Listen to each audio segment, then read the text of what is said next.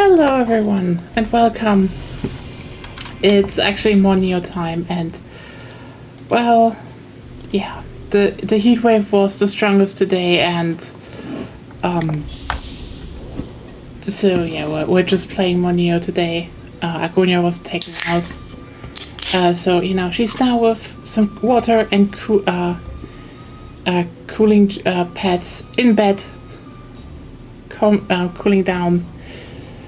I don't know if we will continue Borderlands. Probably not actually. Like it has been delayed for over a month now, and there's not really a lot to do. And like, I think we will just do this like privately next times. Yeah, hopefully. It sucks that this happened. So hello, Claire.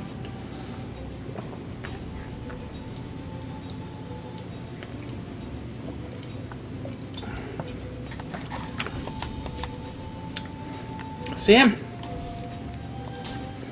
Time for some side missions and then main mission. At least it's more Nioh progress.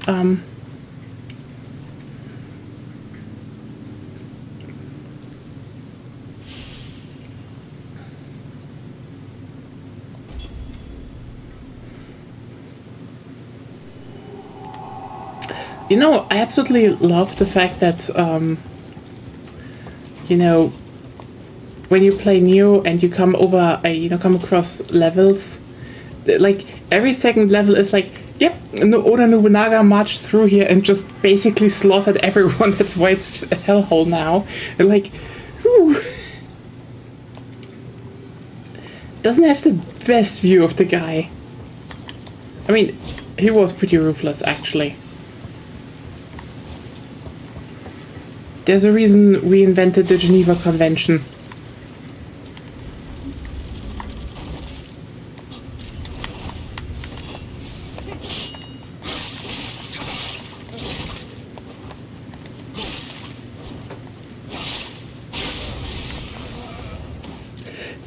Yeah, very great. That people do not come back in here, which is very good.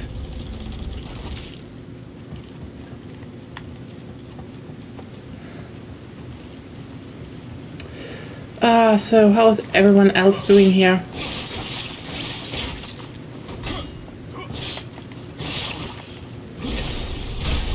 Like, actually, just shortly before I started streaming, it's the rain started, so it's actually cooling down now, so no more above 30 degrees Celsius, which is very nice, actually.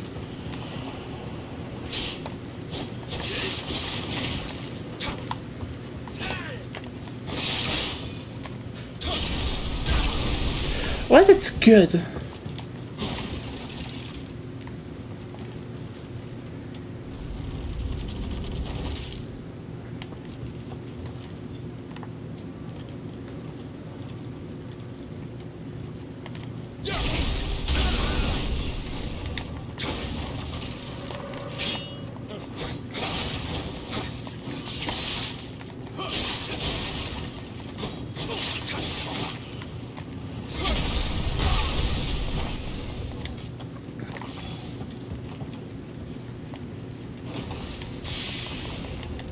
Yeah, we had 36 degrees Celsius today and like for almost the whole day, and I should have been more aware. Simple as that. Yeah, it was hell, but now it rains.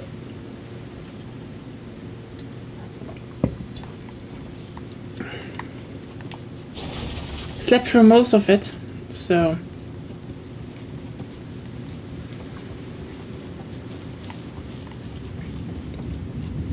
Ooh, there's the thunder coming. Nice. It was hellish, but at least tomorrow everything should be around 20 degrees in comparison. So,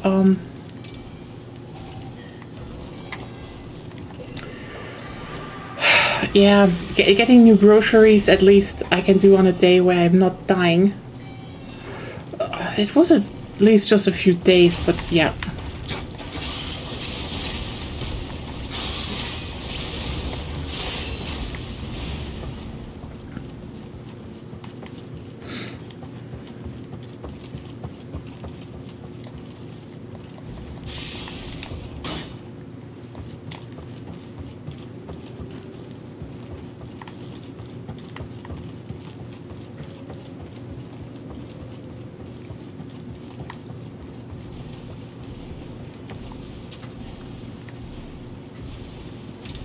Well,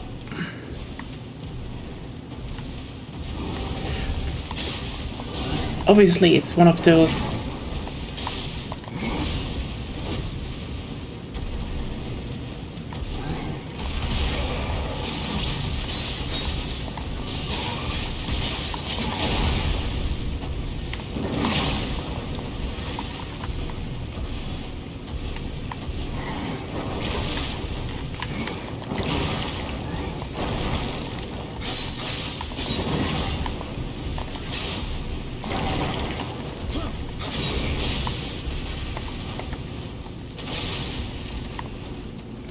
There we go.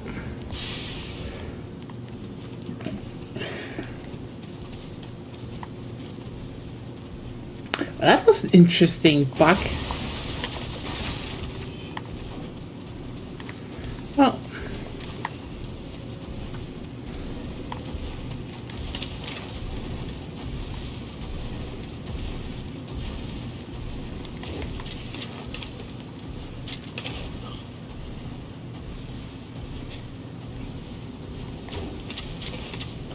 but yeah.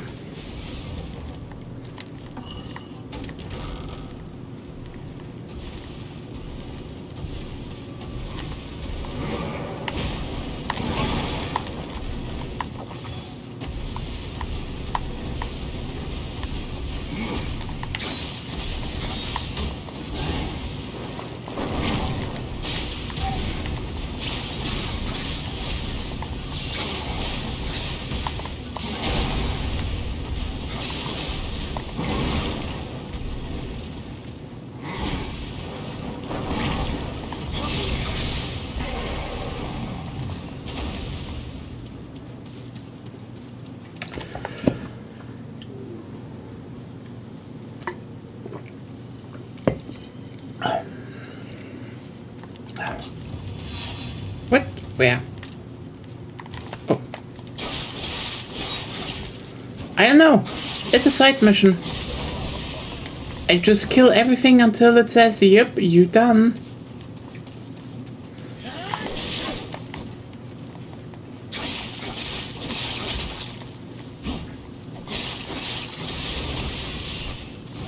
Like, side missions in Nioh are literally just... I do not know who I am. I do not know where I am. All I know is that I need to kill.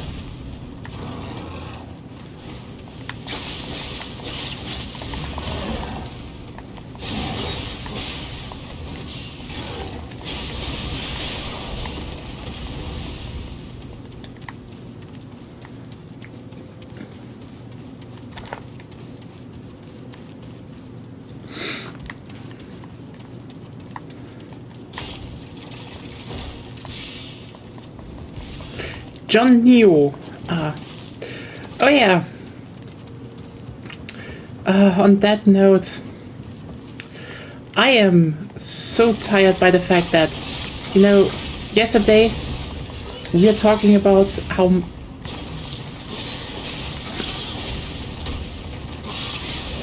much Microsoft sucks, and today, whoops, like I think 3 studios and game projects are just dead. You know, the ones they assured us would happen over the next years.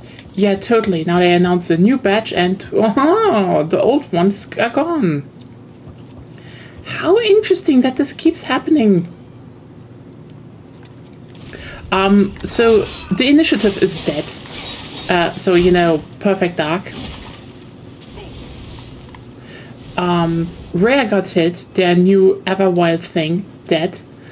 ZeniMax Online got hit, they were working on the new MMO, dead. Yeah, all 3 happened. And more are still coming apparently, but yeah.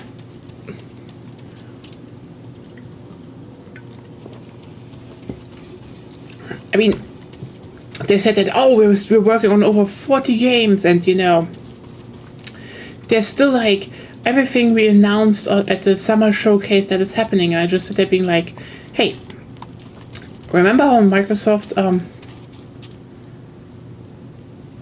Yeah, because here's the thing. It was just a mismanaged, bloated hell piece, which everyone could have told you. But, like, the thing is, Microsoft loves numbers. Every single game they announced this year might be X next year. And I call that.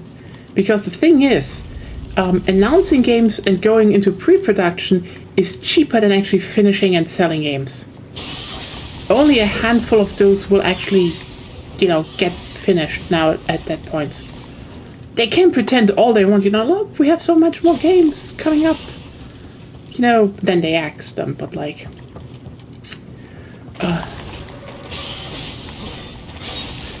But also, I mean, what did you expect about the Perfect Dark game? Remember how they called it a quadruple A game? More like quadruple nay game. Because it's not happening.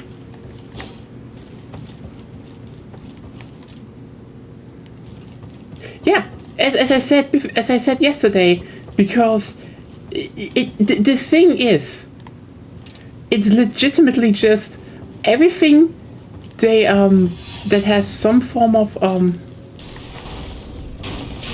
okay. Oh, okay.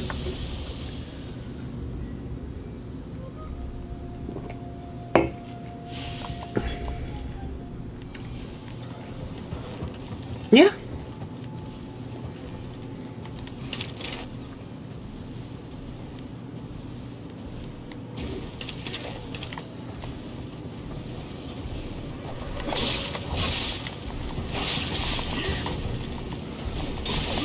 Oh, fuck.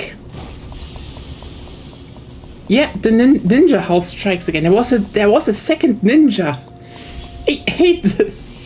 Okay, anyway, Oh,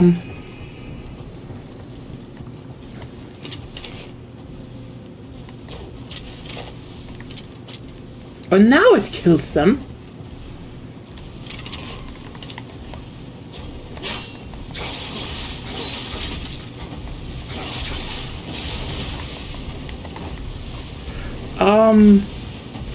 They might still do that.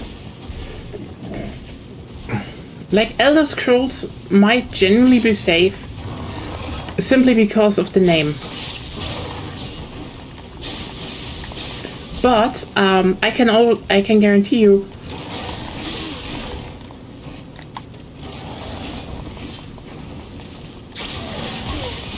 it won't happen how you think it will.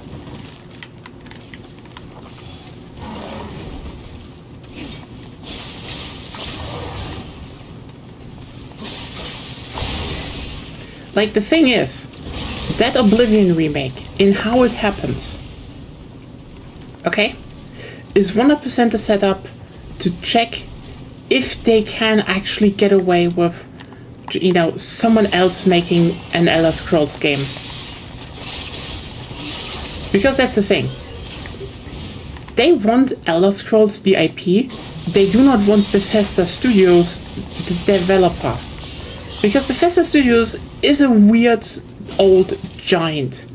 Like, I know we can talk long days about, how Todd Howard and such, but like, the thing is, they still made games in a very peculiar manner, as in they took their time, made the games they wanted to make,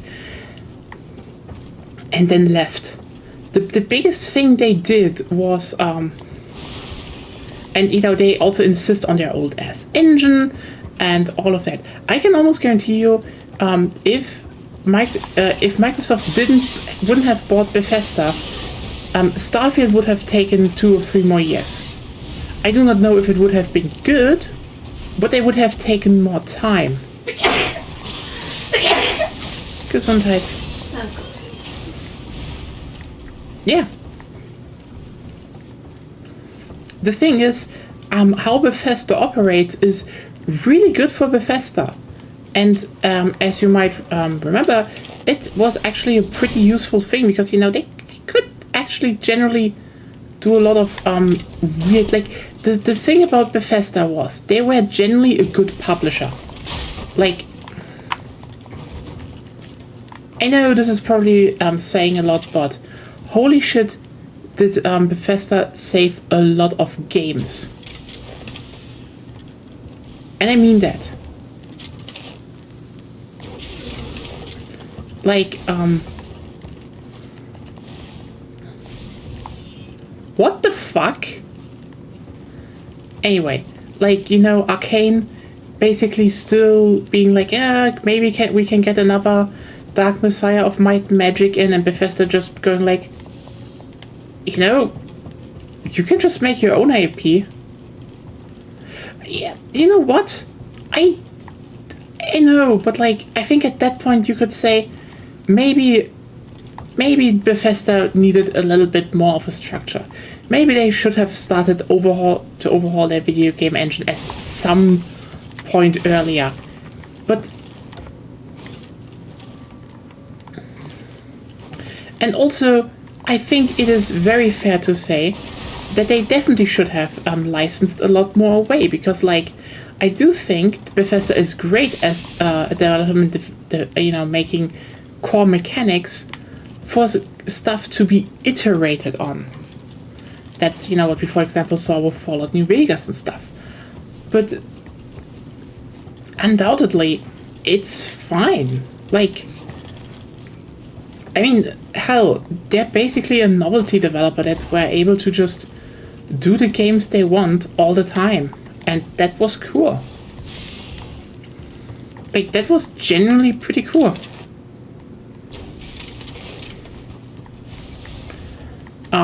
We needed more of that. Like, that's why their whole brand worked so well. All of their games were basically...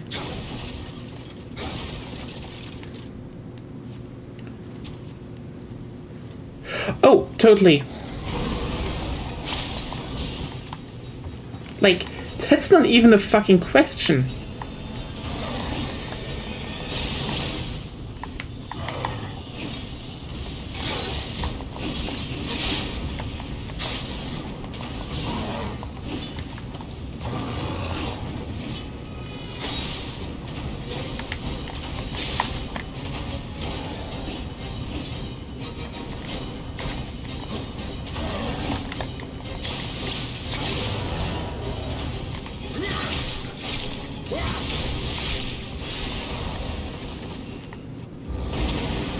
Oh.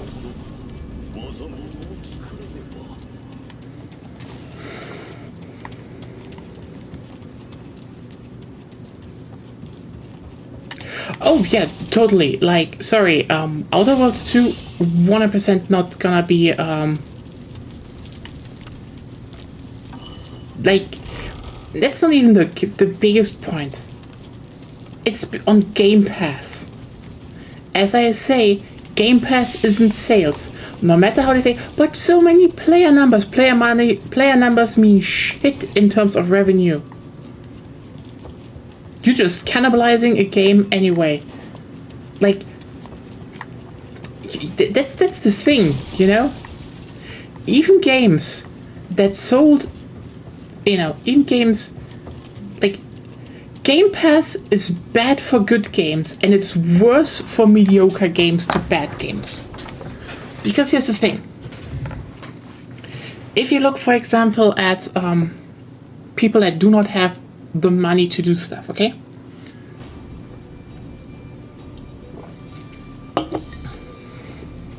Yeah, and it's not enough money. No amount of subscriptions other than everyone subscribing would make this business model work. Period. That's just it. Yeah.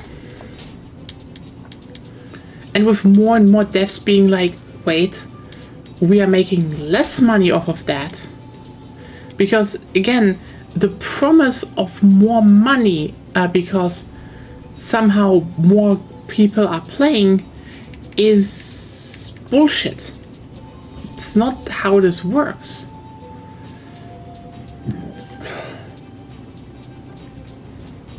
Like, here's the thing.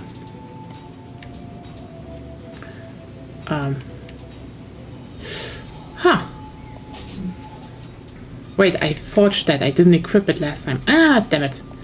Anyway. Like, again, the two big parts why they say it is, oh, more people will see your game.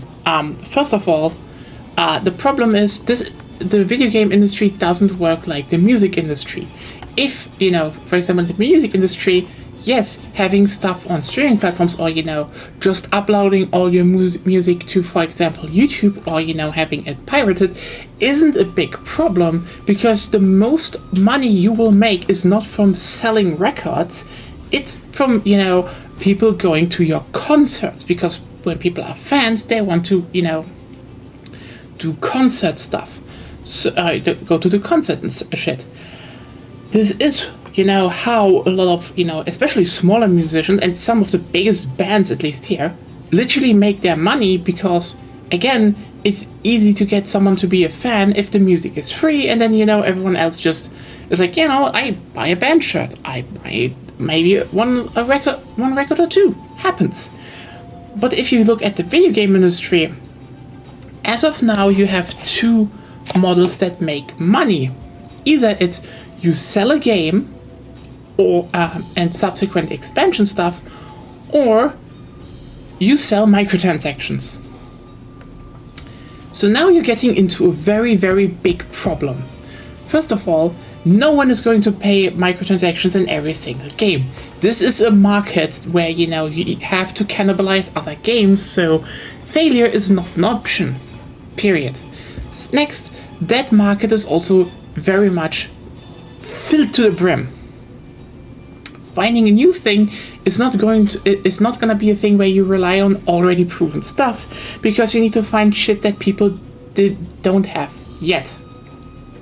If you have a game like that, a multiplayer game where people can constantly keep playing and so, yeah, being it on a subscription service would probably not be the dumbest thing,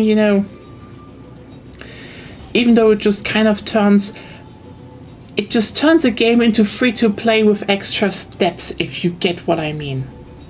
But again, if you plan on making money from subsequent stuff, this could work out. Like, people have the subscription and, then they buy the expansions, or, let's just be real here.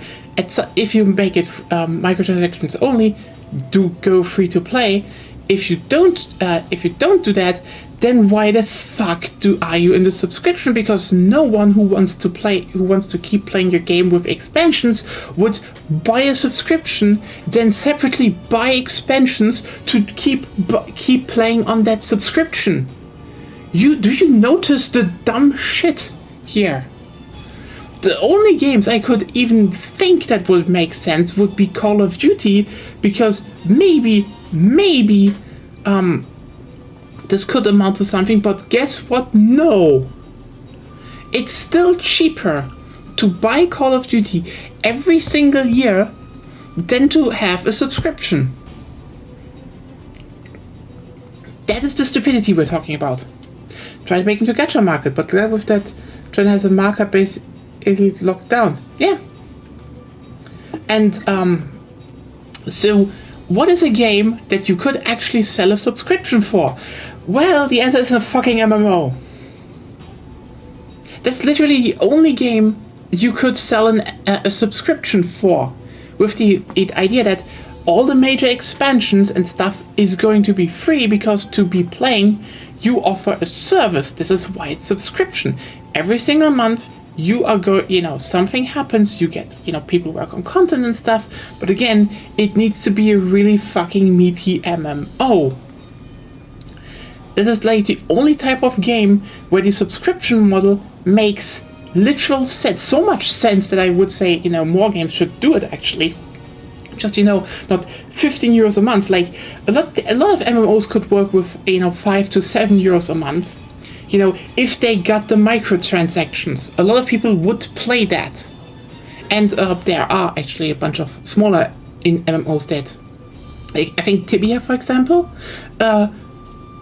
very simplistic sandbox MMO that has not changed a bit. You know, even when other sandbox MMOs, Ragnarok Online, try to become more mainstream and change the formula up and split the fan base and all of that, Tibia just kept doing, and they are literally like, hey, and they literally are one of the only companies over the last years that announced we are hiring more people and we are increasing the salaries of all our existing employees. That's the thing. There is a market for that, but everyone is too stupid to see that because everyone just thinks, in dumb models from other, from other media businesses. And also, the next thing is, again, oh, you have a single player game. Well, tough shit. You have it on on Game Pass day one. Well, you might have a lot of player numbers, but either your game is good, then people will play through it, not pay you a single bit. You get a little bit of money from, the deal you had, and then people will just stop paying the subscription because fuck you. They played the game they wanted to, while paying, I don't know, €5 and fuck you. Then they just cancel it. People do that. They're smart. Or even worse, your game is mediocre to bad. Well, now people pay $5, so not even full price. Tell everyone it's not worth buying your game, and so you do not even get that initial bit of money from when people didn't know your game isn't that good. And here's the thing. While I do say there are some games that didn't deserve that, we already have a very obvious casualty of that. And it's called Payday 3. Because Payday 3 at launch was shit. Period. It was rushed out, it was definitely designed by a Nepo baby, and it, But the thing is, Payday 2 saved itself. Payday 2 had less sales, but from what I learned, but I know, higher revenue than Payday 3 at launch, because again, everyone had to buy the game. So they actually had the time and financial cushion to actually fix their game, because it comes out and it's divisive and people have problems with it, but that's the thing. If you have 3 to 4 million sales, that is, around launch, that would be really fucking good money to be okay, you know what? We can use that initial money, even though this was maybe not deserved, to fix the game. But since they put it on fucking Game Pass, guess what? They didn't get any fucking money. They only got money from 2 platforms, and when I spread around that the game wasn't good, they didn't get from 2 platforms, they got it from maybe 1 platform, and so, their money was dry fast. And this is why the game right now is just on hold, basically. Oh yeah, it's scammed. I mean, Star Citizen will never release, yeah. The end game of capitalism is... the end game of capitalism is either gambling or scams. It's nothing else. You have pyramid schemes and you have gambling addictions. Welcome.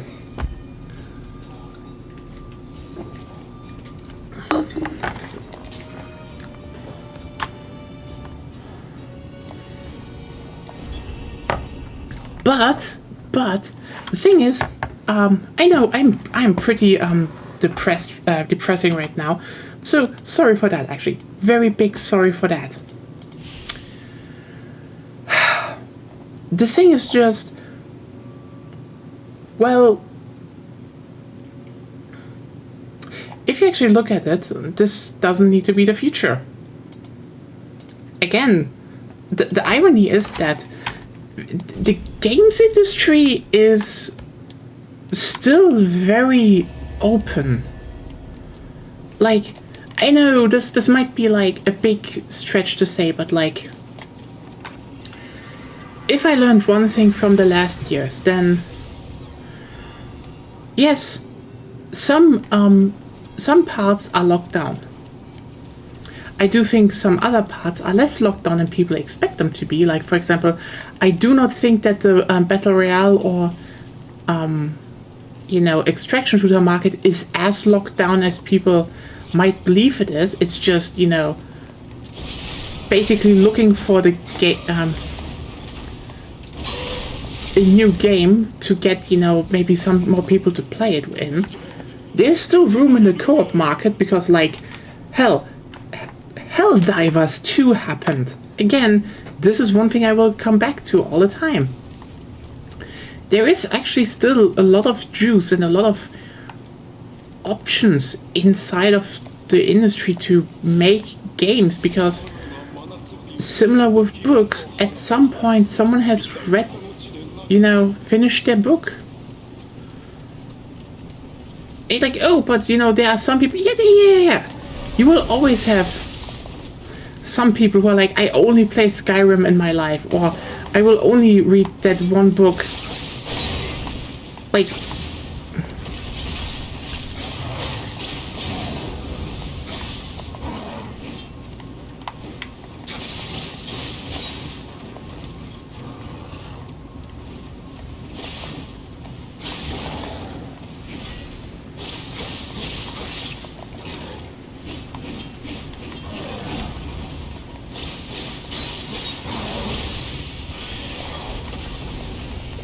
oh right, stance didn't change. Because, like, some people need more than one game. Well, not most people need more than one game. It's just a thing.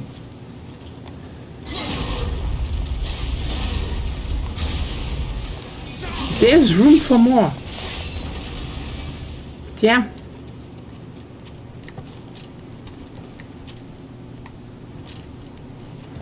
But again, that's not what people are up to.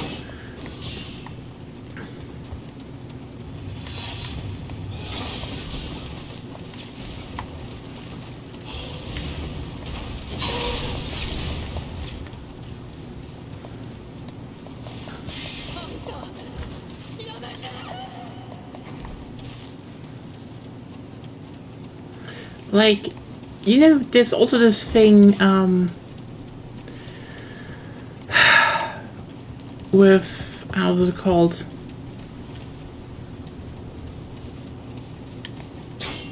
Damn. Oh, hey, we need to copy everyone else. We don't need to do our own thing. We're not making sensible, like, yeah, there's an idea for sensible planning and such, and like the weirdest part is that every time someone says, oh, but game X could have like really big sales, I sit there being like, yeah, that's true, but not in the way people keep saying, or want it to happen. Oh well. Depressing times. Ooh.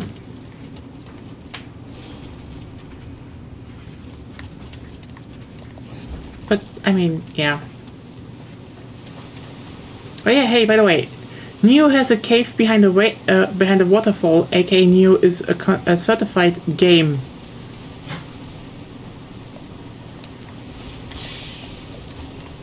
I mean, honestly, there's still going to be good games coming out. Like,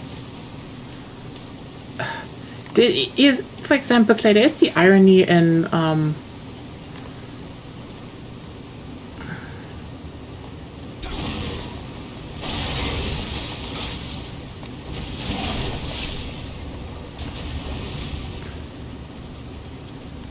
if waterfall in game, why not cave? Exactly.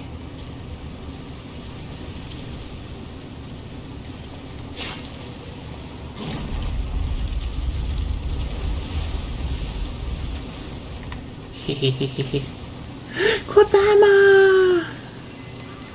I definitely need to check for Kodamas now. It was like, there were suspiciously little Kodamas.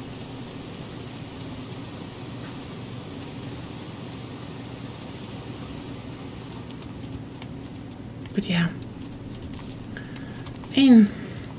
Yeah. So, by the way, I said it before, probably no Borderlands next week. We probably just end this and finish it privately or so. That's just generally a little bit easier to do. there's nothing more to do. So yeah,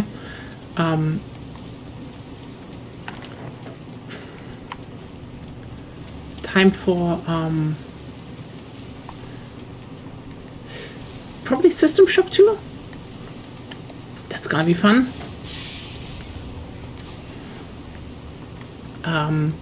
I still have to look into how and why, how maybe Borderlands 4, like, that's again one of those games I will say where people will be like, oh wait, that sold pretty solidly, and like, yeah, obviously people like games that are done, and that, you know, maybe are like, hey, a few expansions, have fun, and everyone's like, oh wow, a few expansions, how nice and novel.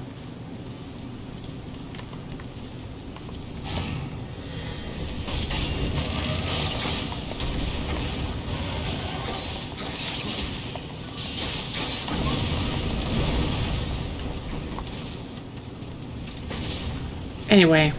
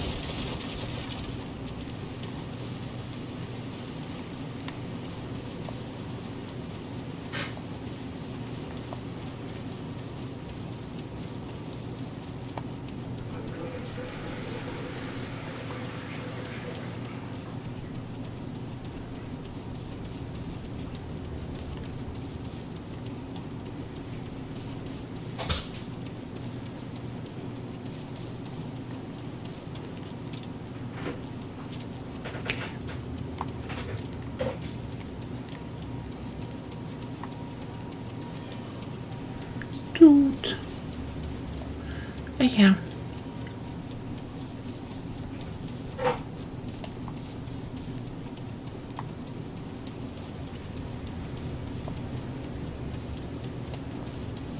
Yeah.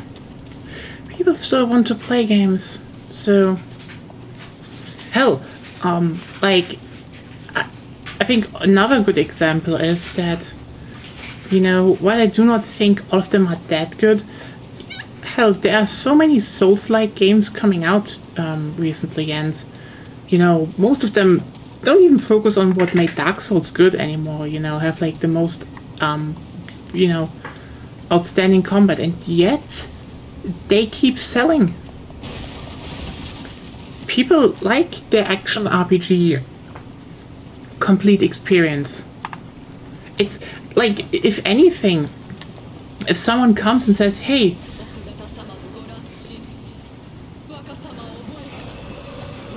we're making a Souls-like RPG again,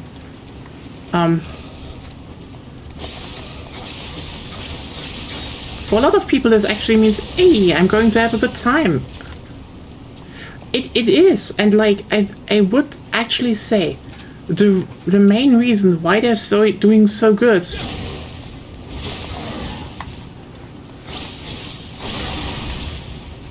is simply the fact that the alternatives of, like, you know, the alternatives, or, you know, similar options in other genres are just under-delivered as fuck. Like, here's the thing. If you look at action RPGs earlier, you know, you actually had, like, a lot of them.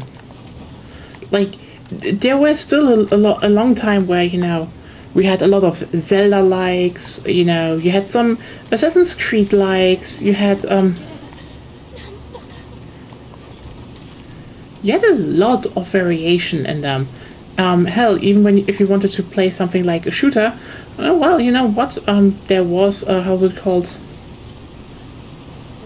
There was stuff like Bioshock and stuff. You could... Yeah. But, like, all of them could Dama, by the way, all of those games were tuned, were scaled back. Like, who's like the other big action RPG series nowadays? That isn't a Souls-like. What? Yakuza. Oh yeah, technically still Yakuza, but oh,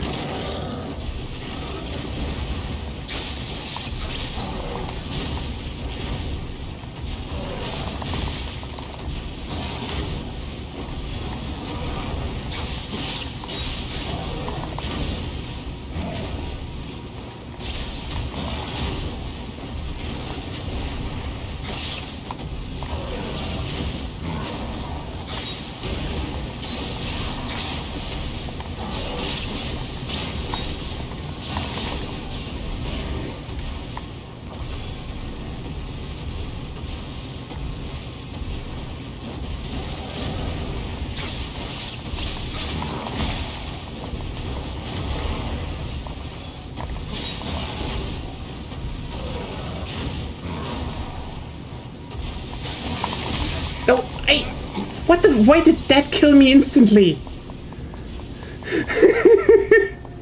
Destroyed William's spleen.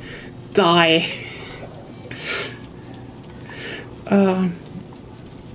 It's fucking Assassin's Creed. And they struggled along. Hell, basically only Ubisoft has been keep making other, other variations of the action adventure RPG. And god damn it. It's depressing if you think about the fact that, yeah, Ubisoft was holding down the fort. And it's not going well for them. It is an action adventure RPG, so yeah.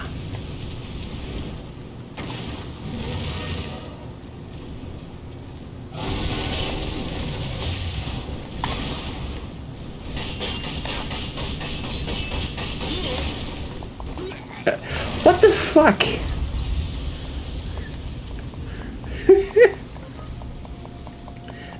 And God of War was a tooth.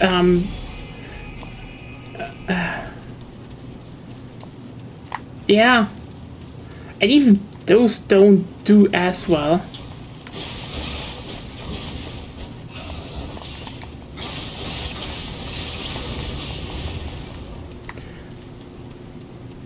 But still.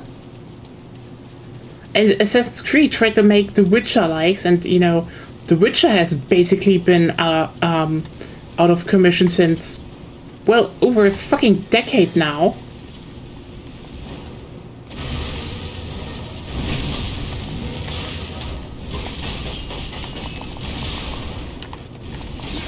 What the? Why does it suddenly do that?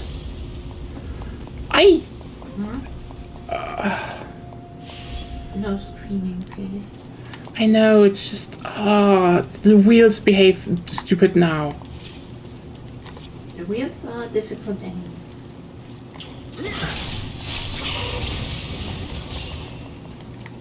Yeah, fair. But like, yeah, the thing is with the, just the standard action RPG affair, nah, that's just dead to a big degree.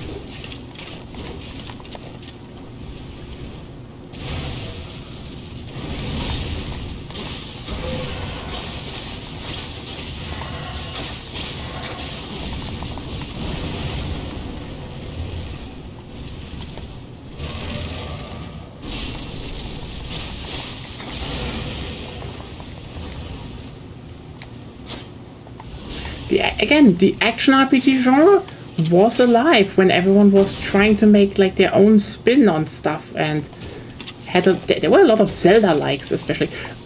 Remember how they made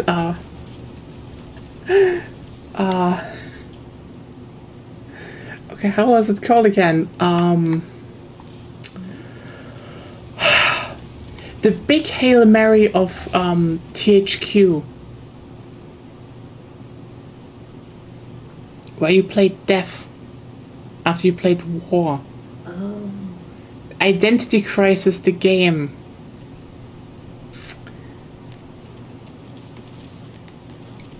Oh, a lot of Zelda likes were more RPG focused though. I'm not talking about the indie stuff that is even more simplistic than Zelda.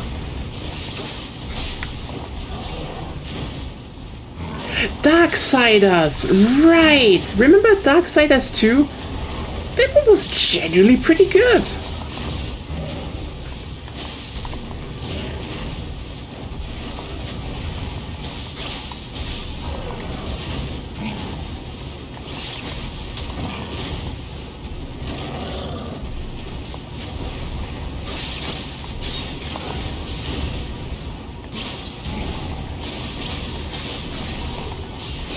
But, you know, those kinds of games were a lot back in the day. But they don't exist anymore. It's even Darksiders 3 just was a very bad Dark Souls copy. Which is hilarious if you think about it. But then again, Darksiders was Identity Crisis, the game. Like, the first game was, yeah, you know, we kind of made an action RPG. It was kind of linear and such. And then the second one was like, you know, we're basically making a big Zelda-like, and it was pretty good. And then... I hate it. Hello, Wheel.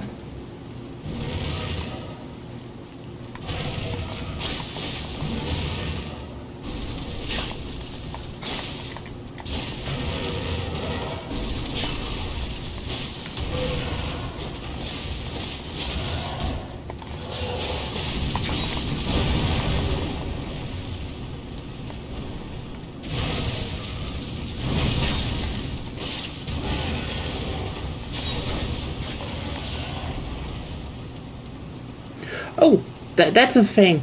You know, after Arkham Asylum came out, sure, that happened a lot. Like, I'm not going to debate that part, by the way. Like, I know that there were way too many Arkham clones. But, like, I'm meaning more like, you know, from the PS2 generation onward, that stuff. That's where a lot of, you know, really interesting games happened.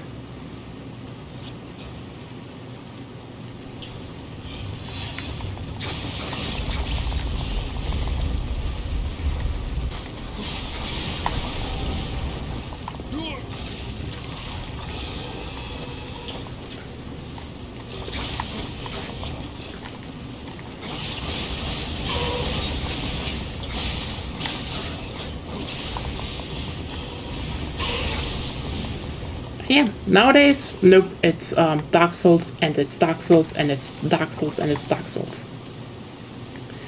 But, yeah. Again, I'm not gonna hold this one up. It's just...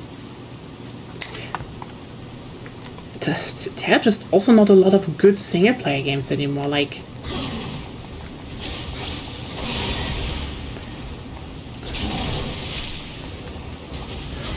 Oh my god, like, I mean, you know that the PS2 era was full of those kinds of games. Hell, even the platforming games had an overlap with RPG mechanics and, you know, exploration. So there was like a very big scene around that.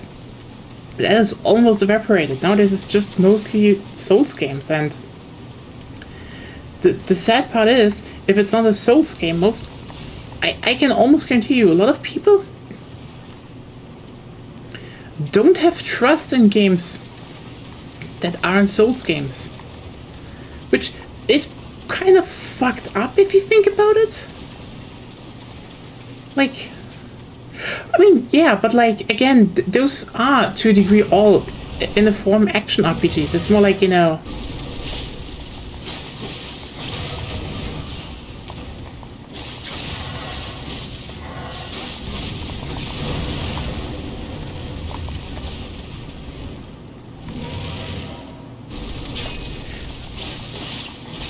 If anything, Dark Souls was just more like, hey, let's have a bit more of a more complex action RPG again.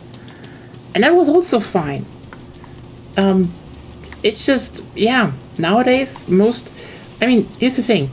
if you want to have a good single player experience, your options are either, and like, I know I'm generalizing a bit, but you can.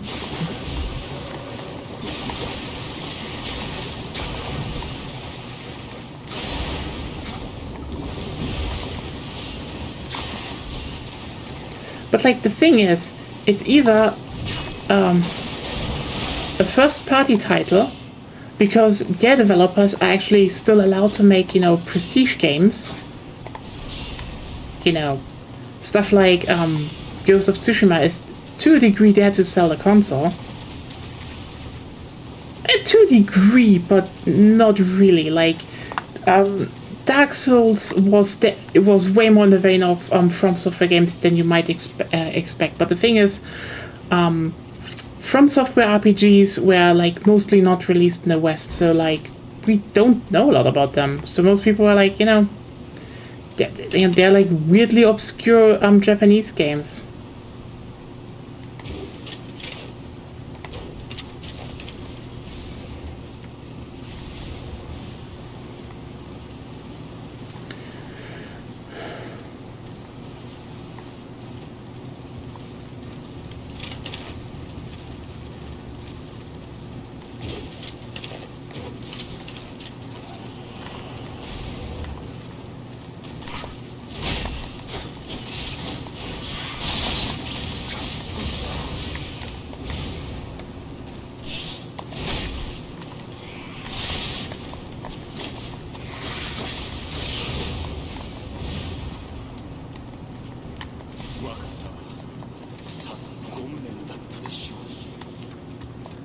But yeah, the point is, nowadays, you know, you have a big,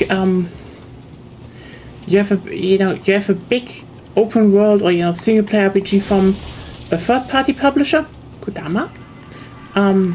It's, you know, I mean, if Ubisoft did one thing, then hey, sour the whole fucking experience by just slamming microtransactions down everyone's throat.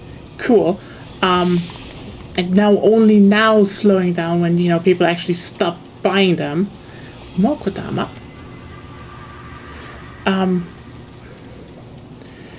There was always a trend, but there were more diverse trends back then, is what I'm saying. But again, this isn't the point. The point is that nowadays it is way more uniform than before, and than it was before. That was the point. Trends are always a case, but trends do not mean shit when... Oh yeah, sure, but it also had a boatload of Zelda clones. And they all did their own thing, like, I mean, hell, stuff like, you know, there were even a lot of, top-down Zelda clones on the PS1, like, I mean, Alundra came from nothing, but it was still there. The thing is, first of all, there were more games. There was more diverse games. It's just like, I know, because, you know, the thing is, it's actually hard to remember because, again, there are so many here.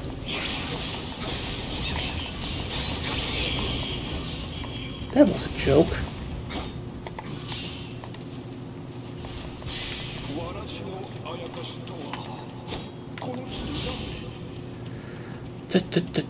Okay, nice. We are at the final area of this section.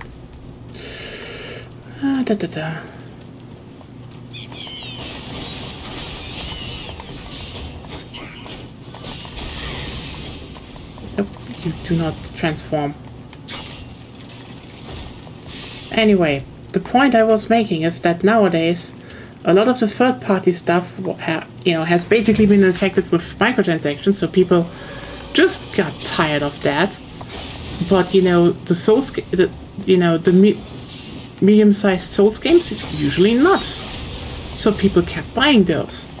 And then, you know, everyone's like, oh, the Souls games are popular, which, yes, but also, it's all a bit complicated. Okay, what the fuck is going on? Where is this fucker? Oh, there, up there.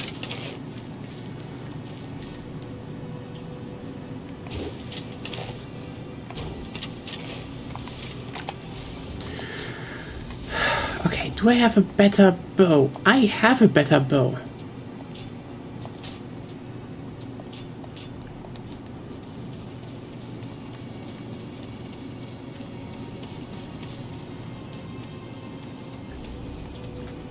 There we go.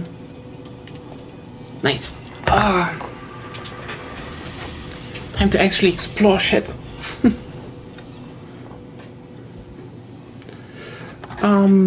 I mean, you know, death lag is definitely a thing. That's not what I'm not gonna dispute that.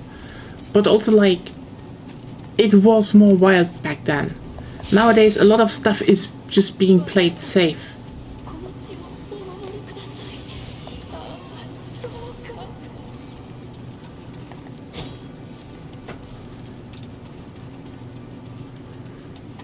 There's also just less trends. That's a thing. I mean, yeah. There is this joke that, you know, basically everything back then, you know, that we had like the years of the bow.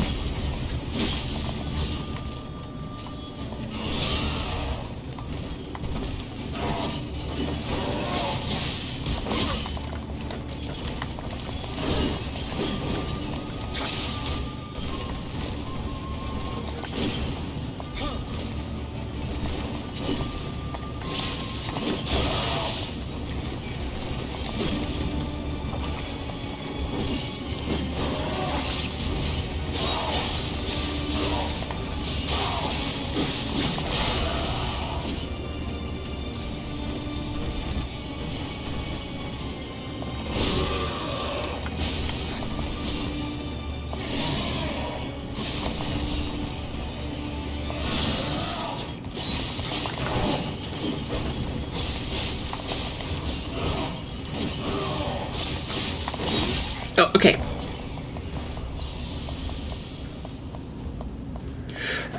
Even not then, no. Like, I mean, it started there. Truly. You know, I'm not disputing that, but there was still a, on the PS3, Xbox 360 era, there was still a lot of varied games.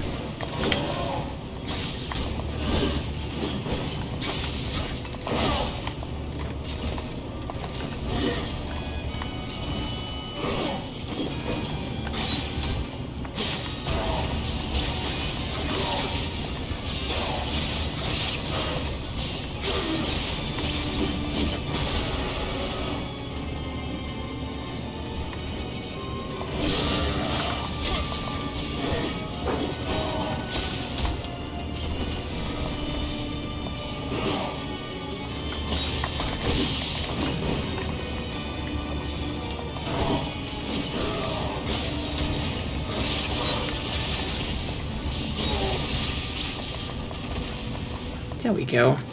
Just a tingle. Oh, no. Like, the thing is, you're missing the point. I'm not saying that this didn't happen. Yeah, game budgets did spiral out of control during that era. But, and this is kind of a big important thing, they didn't spiral out of control as much for all of them. Like, if you look at game budget, like if you look at what games were made during the Xbox 360 and PS3 era, you did have some games that started costing hundreds of millions, like Call of Duty, etc., and, or, you know, Battlefield. And some publishers were like, yeah, let's also make bigger money games. That also happened. But overall, you still had way more projects or series during that time that were a lot more different. Like, if you, for example, just look at, you know, actually, good example. What I would say, for example, that, you know, shit spiral out of control, fair. But, like, if you look, for example, at Insomniac games during that era, which is actually a pretty good example, in my opinion, they made, their big series on the PlayStation was Resistance. And all three games are shooters and have some similarities, but their budgets weren't exploding that much. And also, there is a lot of difference between all three of them because, like, if you can you imagine it? Like, one is basically more of an, oh yeah, we kind of make a more traditional, shooter, as you know from the era before that, and then they were like, maybe we do a more, action-packed, big set piece, Call of Duty style one, 60-player multiplayer, 16-player co-op with classes and all of that. And you're like, wow, that's ambitious. And then they revert back and are like, oh, you know what? We're just basically making good Half-Life 2 now. And you're like, okay, that's one hell of a pivot. And in between, they still made multiple Ratchet and Clank games. They made other games for other publishers. Like, again, some studios had a lot of games during that era that still varied widely. And what was approved was, yes, a lot of stuff started to involve more shooting, but there was still a certain variety. Like, for example, you still had, the action game Resident Evil 4 clones. You still had a bunch of stuff that was, again, just a little bit more of its own thing. Hello? What just happened? Okay, just didn't want to move.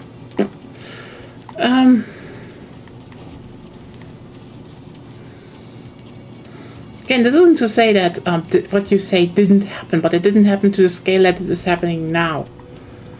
And it's also just not. It also misses the point that I said that most big games are not trustworthy anymore.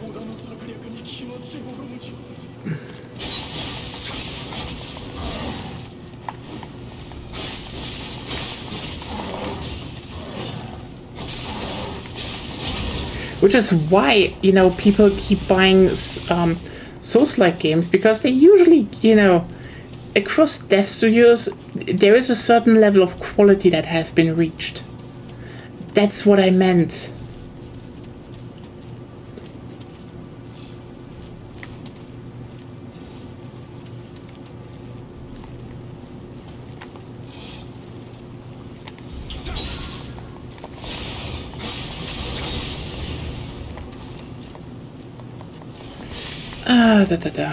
Okay. Let's see what we can eat here.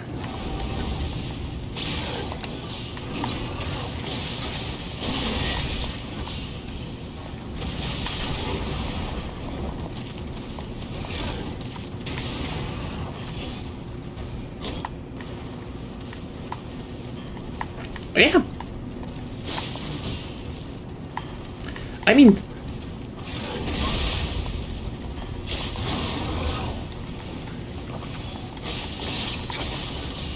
I'm actually more surprised that we haven't seen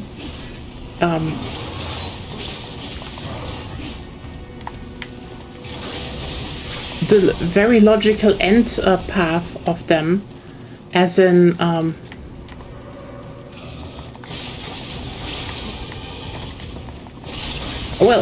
one logical end path, I should rather say. Like, because the weirdest part for me is that, Souls games were like, oh hey, they're looping around themselves, and they have like this tight area.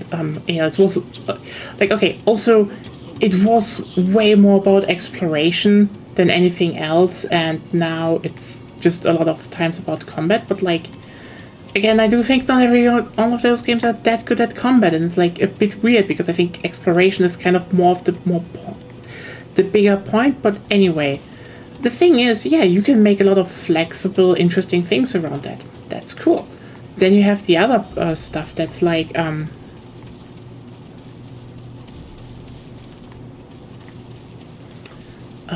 was it called again? But like, the interesting thing is that this that the development right now seems to be more like, hey, how about we take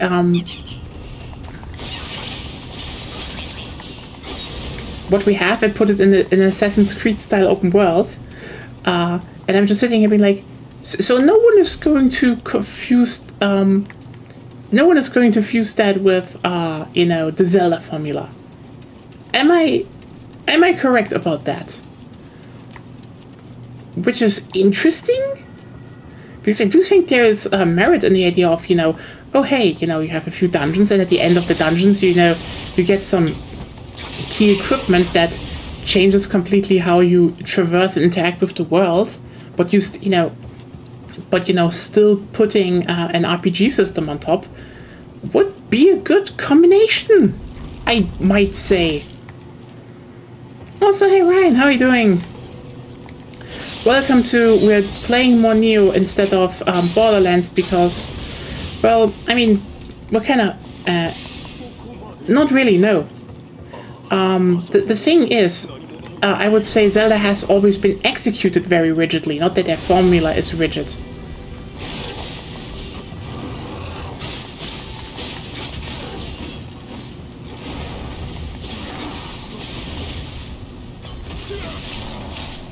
There's a big difference in that.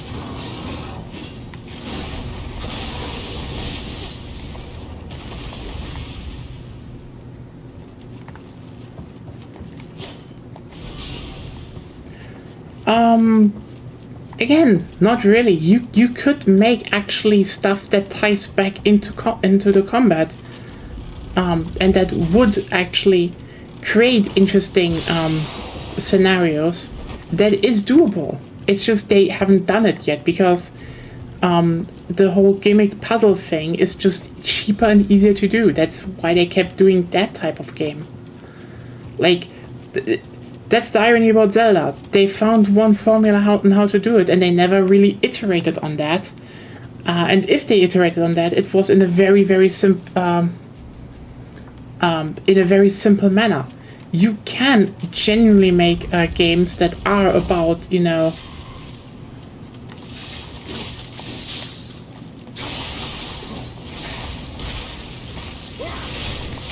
that have items that change how you interact and do stuff with the world, or, solve puzzles, and still have an interesting combat system.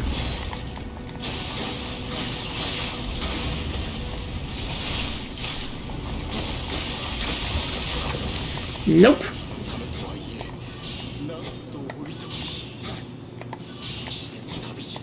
You can do both. It's just more work. It's what I'm saying. That's the thing here, Claire. You can make it non-linear and basically say, hey, everyone has, for example, 3 to 4 dungeons they can do in any order, and if you have 12 dungeons, you can stack them on top of each other. That there's always multiple use cases for the items you find in them, and again, still have a separate combat system that might get where the items maybe feed into that. But the key part is you do not need to go that heavy on puzzles, by the way. You can have multiple solutions for puzzles in or ways through dungeon inside of a dungeon, and you have to live with the fact that, for example, hey, advanced dungeons, for example, can only be solved if you have 2 or 3 one of 2 items maybe, but it still opens you up to a certain route. Again, what you see is Nintendo made a very rigid, simple system because that is literally easier to design and lay out and make faster. While the opposite of making everything more flexible just needs more time, better planning. It's not that this what you say is a fact. It's actually just they did it that way because that's easier, not because this is the only way how you can do it. And we have a new Kodama. I should definitely check for more Kodamas here. So yeah, and again, you could do that. Hell, the new Zelda games could have done that to a degree, but didn't. The thing is just, again, you need to be mindful of what you stack and where you do put stuff. And is water good, or is this lighting? I don't even know anymore what I have.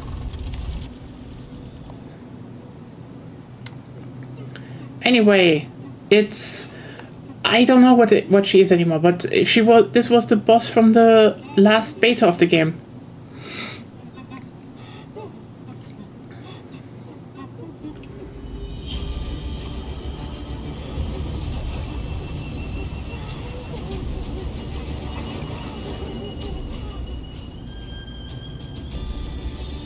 Yes, and? Like, what is the problem with having the open world only open up in successive stages? That isn't bad. That's actually a very valid way to design an open world. You can still have, you know, non-linearity. You do not need full non-linearity.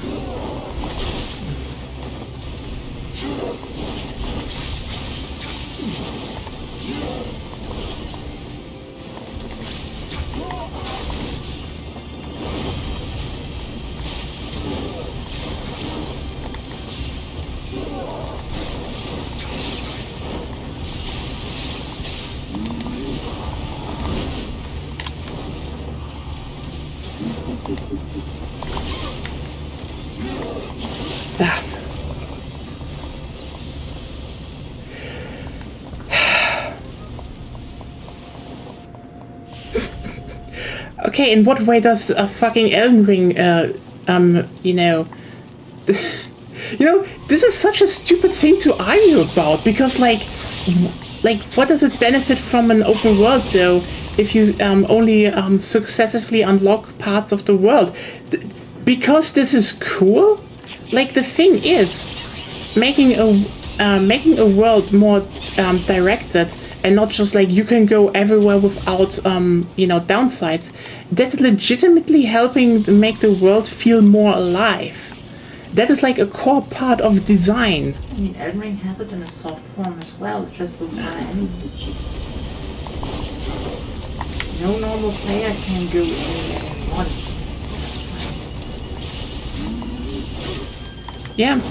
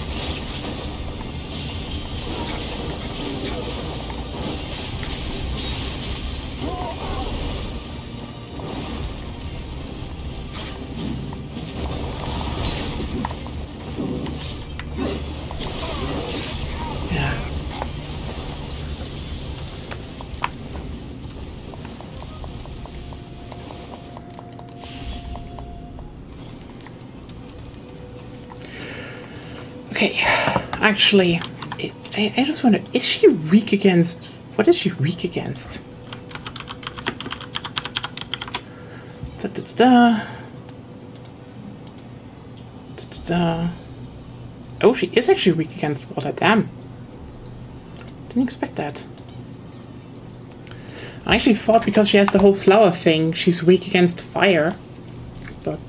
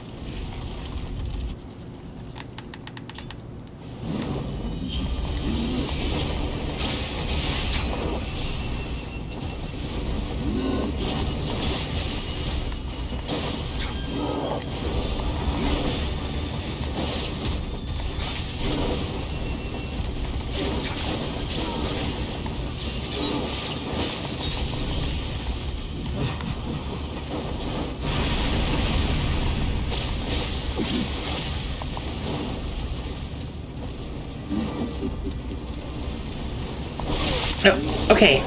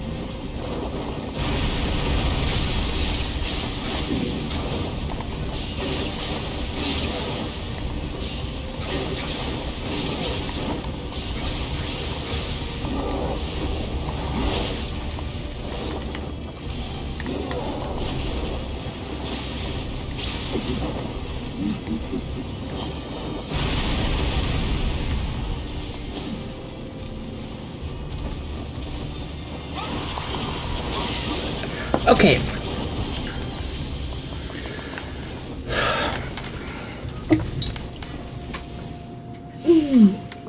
Fuck. I hate her claw attack swipes.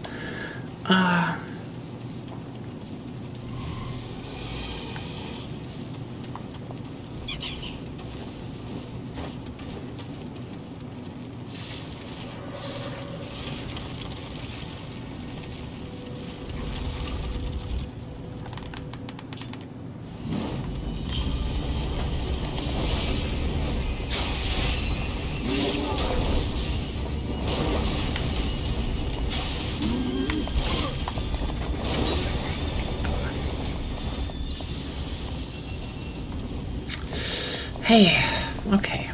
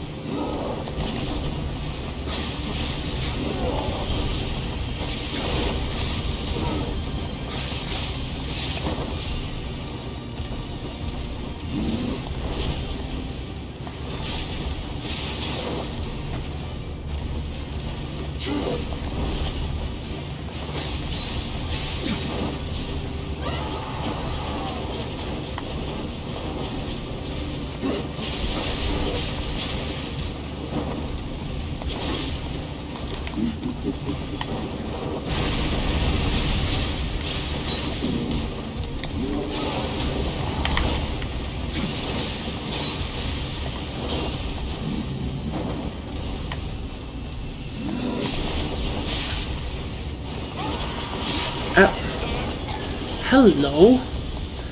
Okay, I was stuck in the wall there. Cool! Getting killed by a boss by being glitched into the wall. I haven't had that before in the game.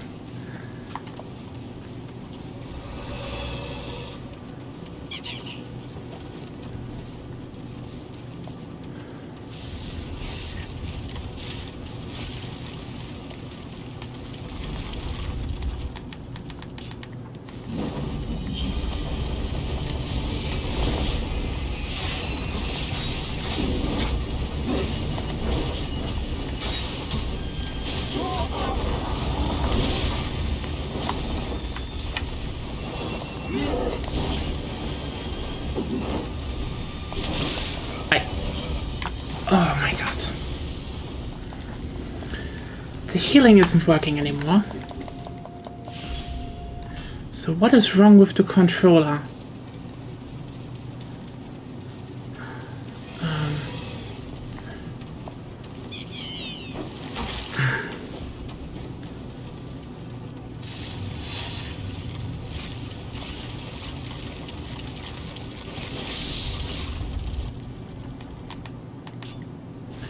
Maybe?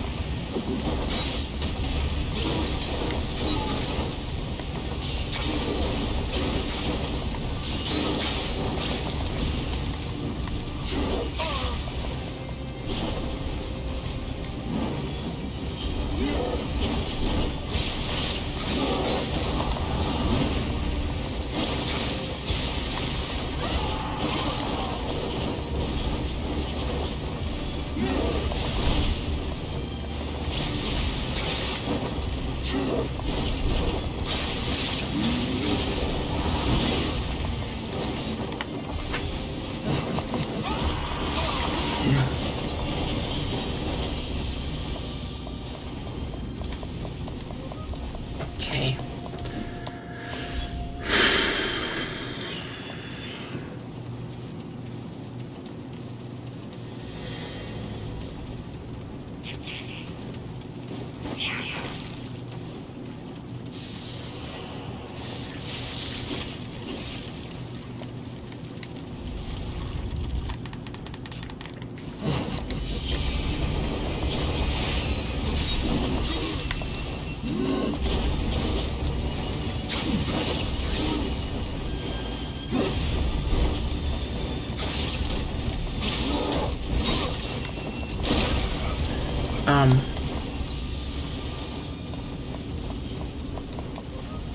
I mean, I'm doing sword damage. The problem is just like right now, stuff is weird.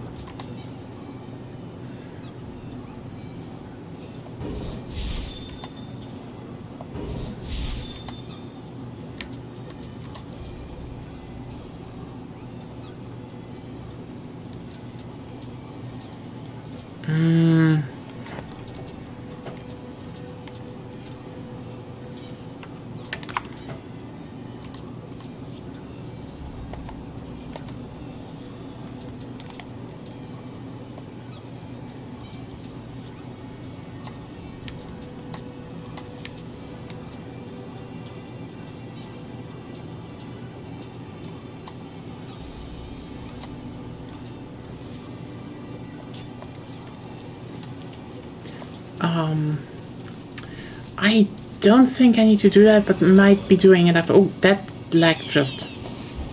I think this mission just has a performance problem, if anything.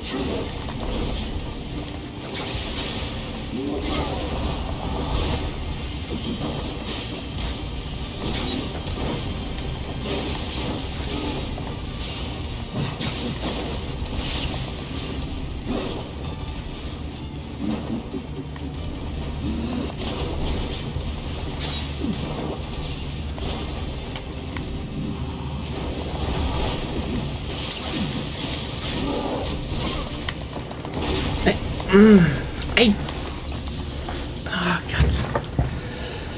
Whew. Okay. Yeah, you know what? Reconnecting.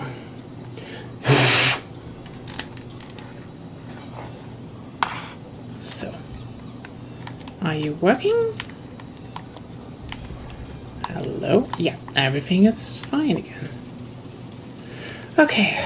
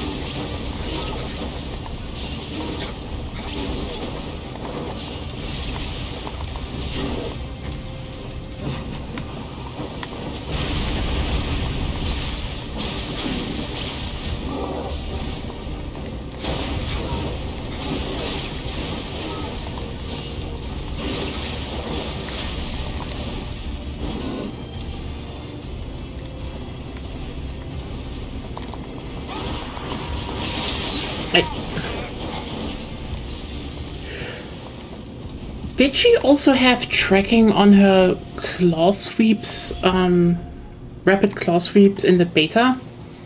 What are you talking about? The ogress, the one in the shrine thing in the last beta. You know the one with the... No, I don't know. Okay, the one with the red lilies everywhere. What about her? Yeah, she has... I think her claw sweeps didn't have tracking. No, I think they ran the beta.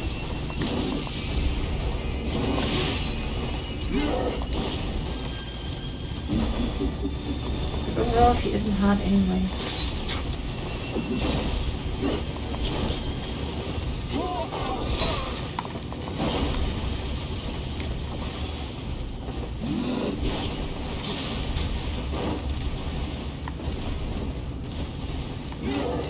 You say that?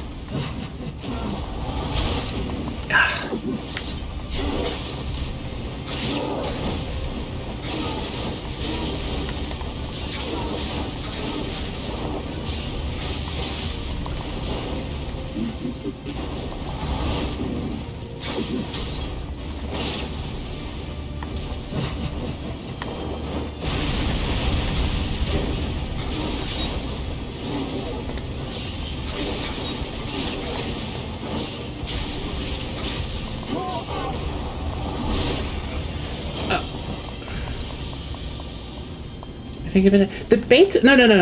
The last beta before Nioh came out was literally just this level.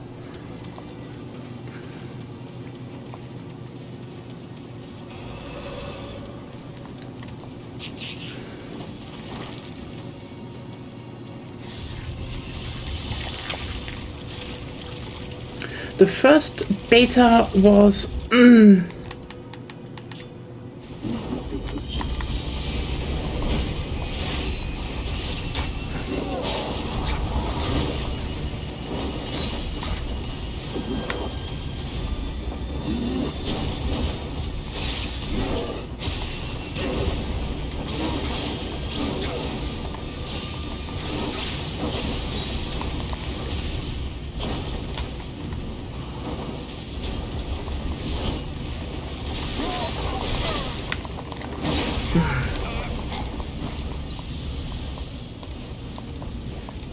no, that's not the thing I wanted to say. The thing is, when she has the rapid swipes, I think in the beta she just tracked forward, while here she tracks after you.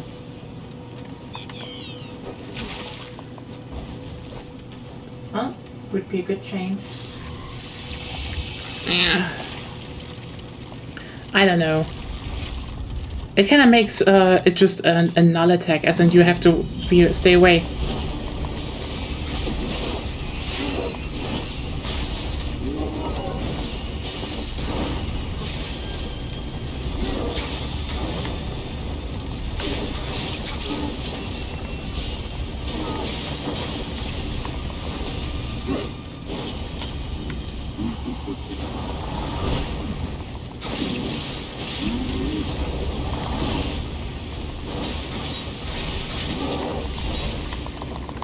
Okay, she literally just had hyper armor while I had her ki drained. So I complained about that in Nioh as well. There's some weird cases of hyper armor. Yeah. You learn it, you adapt. No, this was inconsistent. In other cases she didn't do that. In other cases, but when she does a specific... No, effect, it's just this time it triggered, even though other times it didn't. I know they have tracking everywhere, but again, it didn't have tracking, and it would. So what? Oh God, what is Stop complaining. You both don't know what I'm talking about, and yet You're complaining. That's what you're doing. Yeah, I am allowed to complain. No. It's annoying.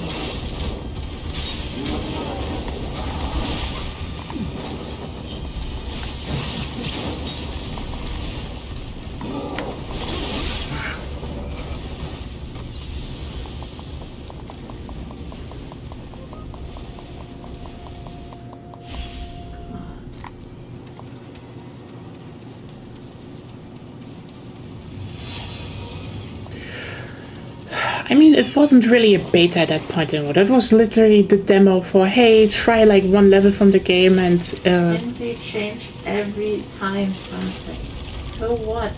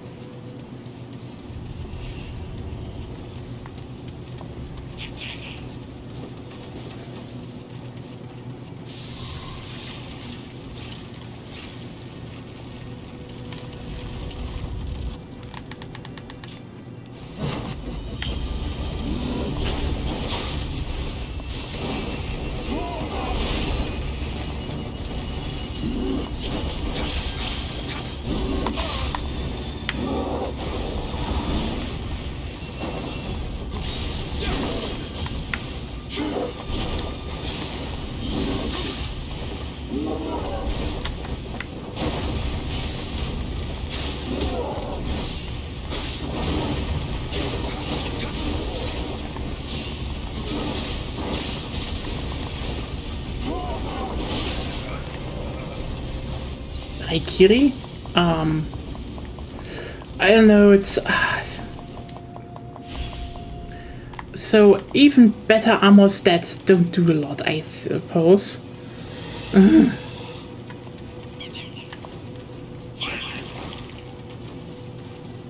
Yeah, but it's not a katana, so... Yep, I do not get katanas, if you remember, because the game hates me.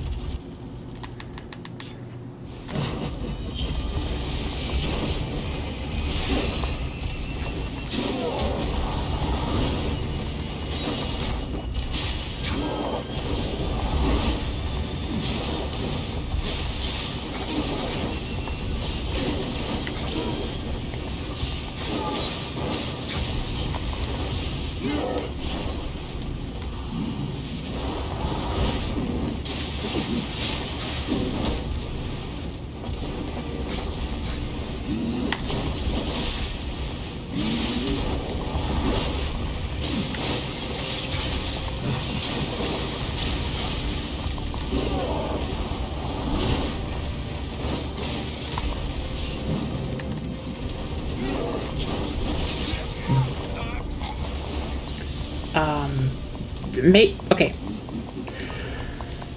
Okay, wait a second. Let me just show it to you.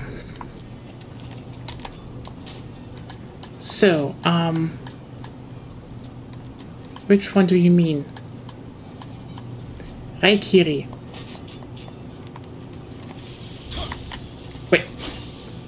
Wait, what the fuck? That is a sword. Why are there two versions for swords? Why not? But like sometimes this was an Uchikatana. Wait, is it? So what? Look at the icons. You learn. It's so weird. I mean, technically, there's only swords and Uchigatana. What do you mean with that? They're bastard swords you can also use. What?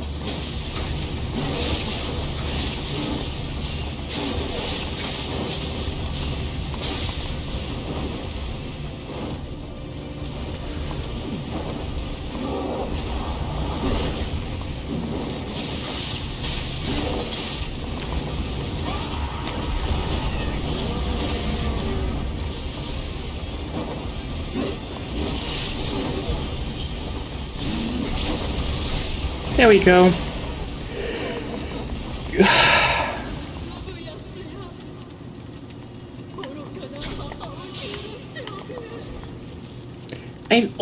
Even put out a woo, so I hope you're all happy.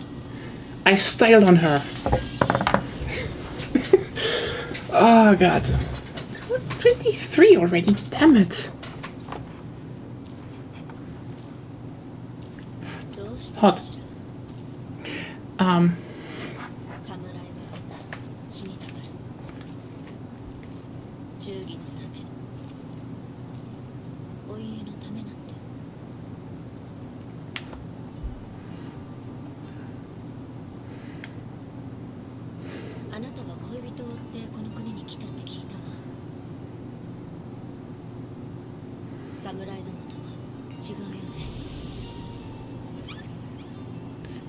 Benui.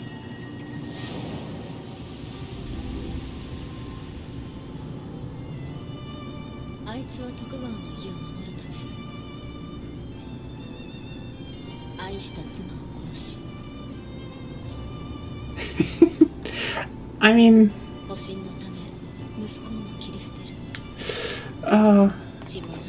understandable.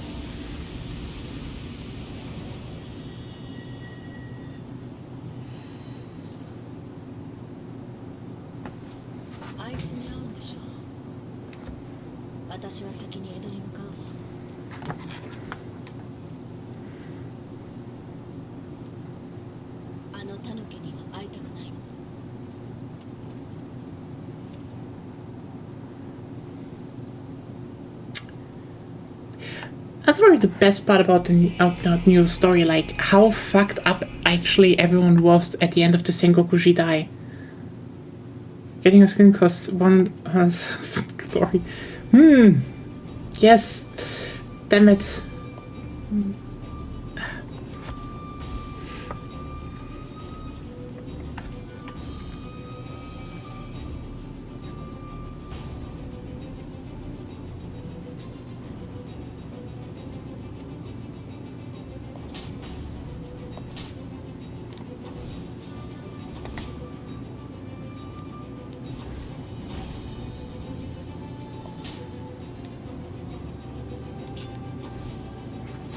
Yeah, it is William.png. Hello, William.png. Let's do pump up the magic. So, next up, time to hit the dojo, actually.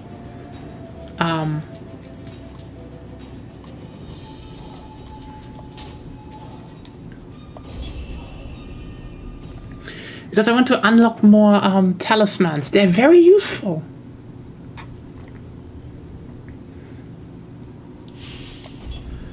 Yeah, it is. Oh, hey.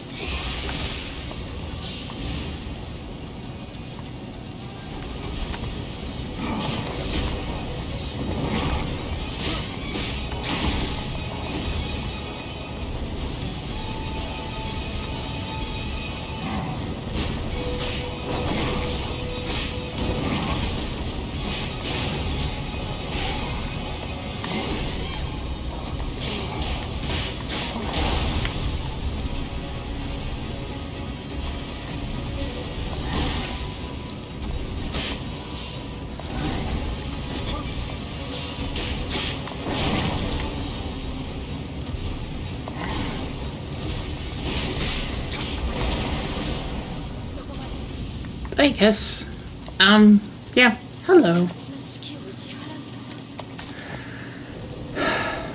I guess time to do some dojo stuff, because that unlocks the skill tree. Sorry if I didn't talk a lot.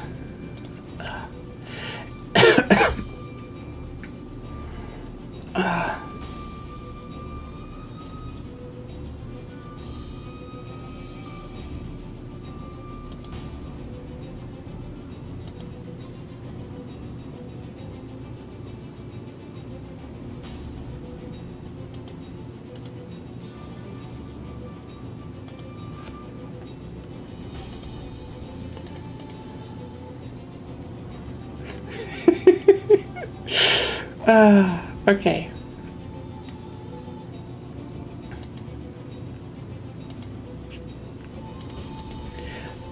You know, I just wanted to check something, and my sight fell on a picture on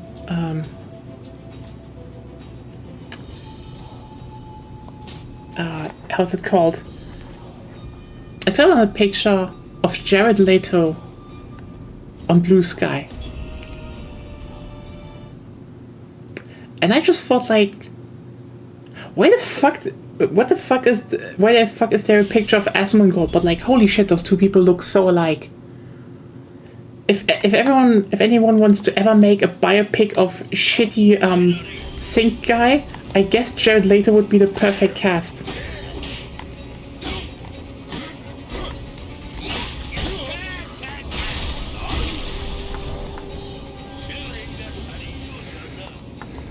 Failed.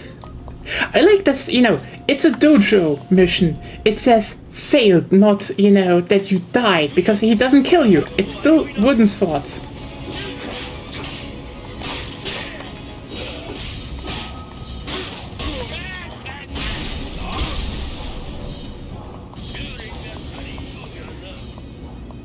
He studied all your moves? No!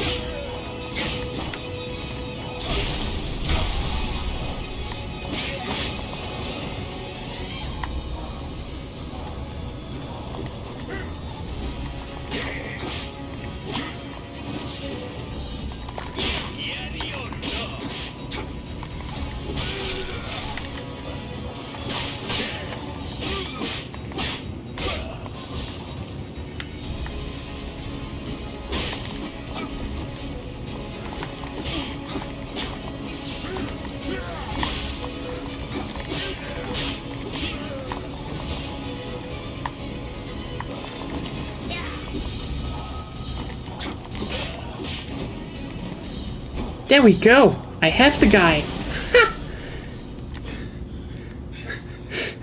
Who's the master now, old guy? I fucking love him. Those animations are so expressive. Like, they didn't need to do that. They didn't need to have him turn around and flex while looking backwards.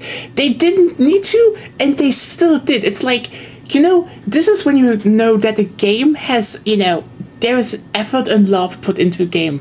When someone just makes small flourishes and you're like, this wasn't needed for the exposition, and you did it anyway. You know?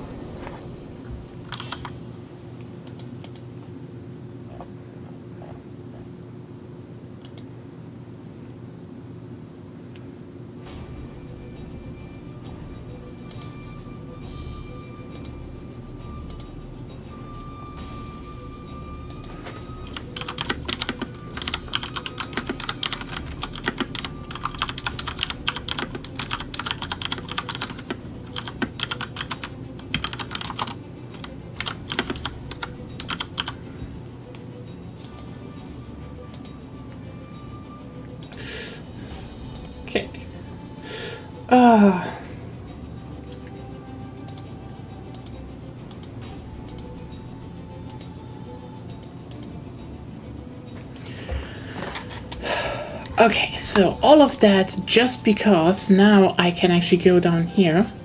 Oh, on mere magic capacity by 3. Actually, I do want to go and give myself... actually, yes, thank you very much. Those are good.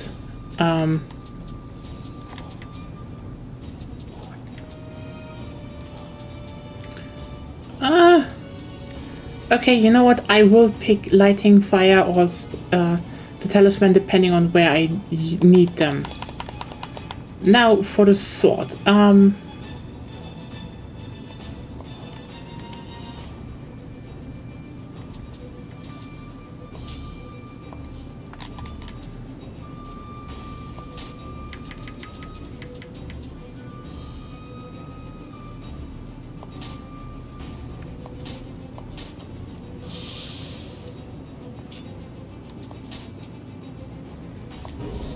Haha! Melee weapon attack! Up. Oh, damn. Wait.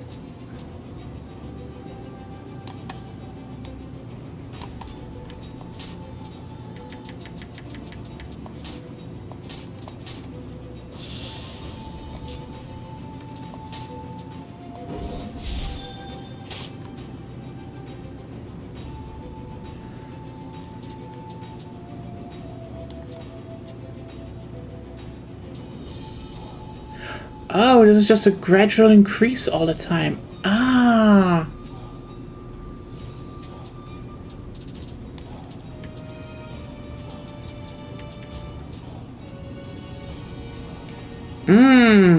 Now I get it.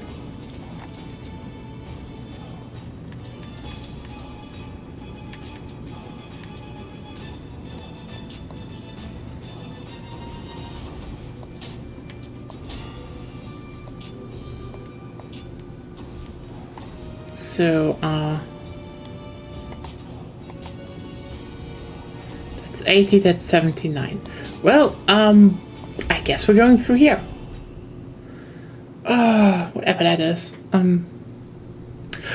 Oh, yes! Hey, you know what? Remember, this is another great, side level I did, which was probably planned as a main level once. Also, why is my voice now just dying? Cool. This is what I needed. Hello. Not so cute anymore now, right? Yes, I accepted this. Now I can make jokes about it. Ha! I'm speaking like an old grandma. Fuck.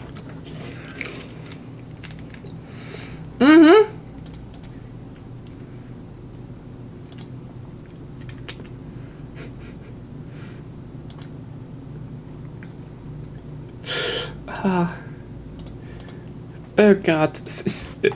My scathing political shitpost is gaining traction.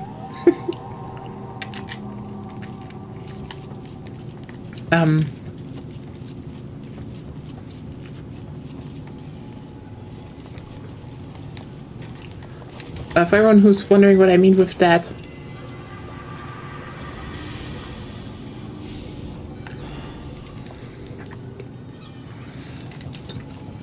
I just reskeeted it on Blue Sky if you want to find out yourself.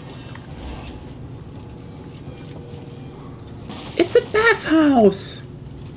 Look, there's a bath.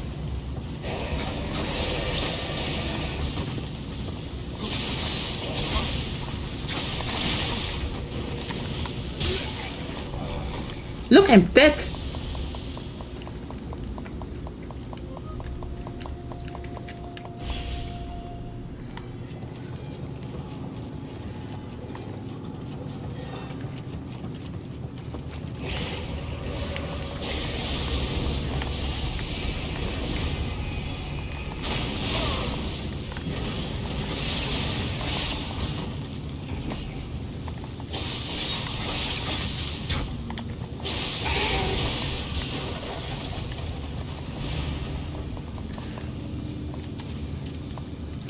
spring. Oh, look! It's the wall! It's now, it's not actually... Okay, that is red now.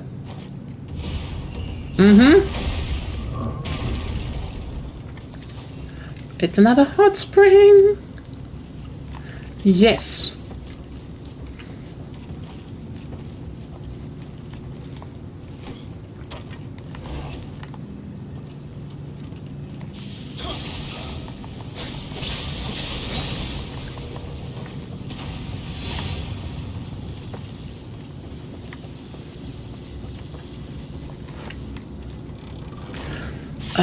Honestly, I wish I could visit a hot spring in my life.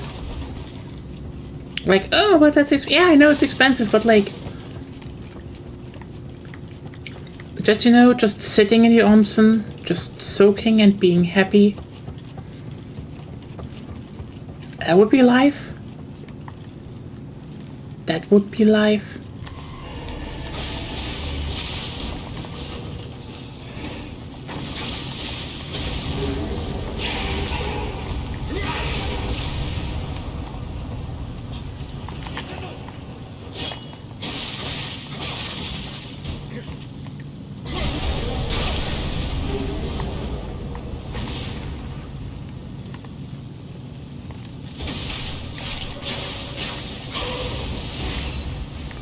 Yeah, I have an electrical sword now, I guess. Another hot spring with a ninja. Oh. Oh.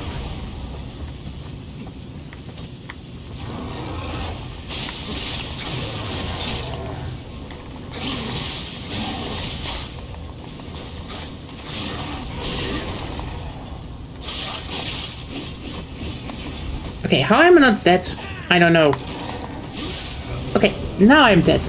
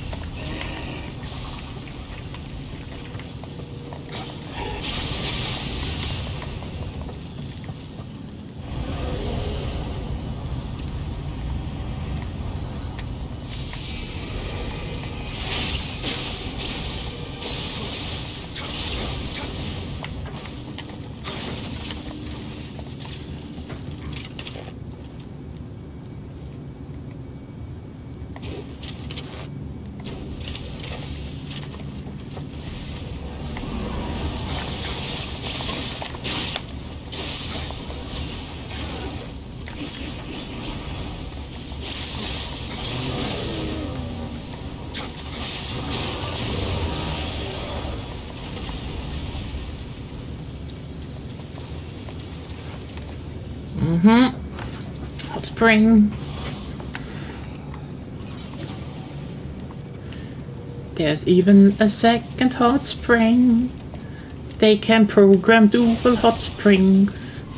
They are twice as hot.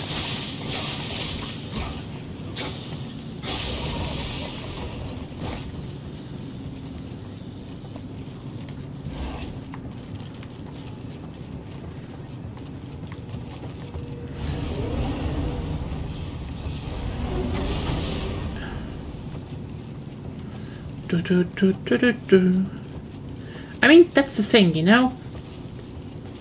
If you want to make a good anime, I would say, you have to do two things.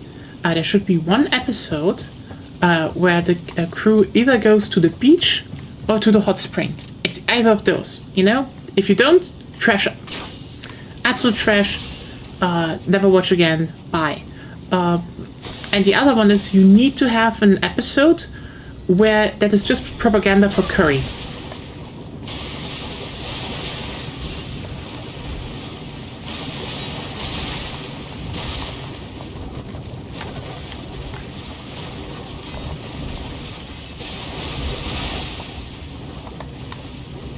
How amazing curry is, and everyone should be eating curry.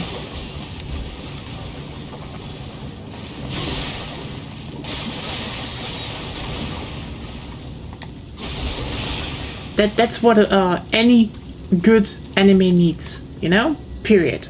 Like, otherwise, trash. Absolute trash. Bottom tier show. Yes, I know. Especially when you can make it yourself. Really good stuff.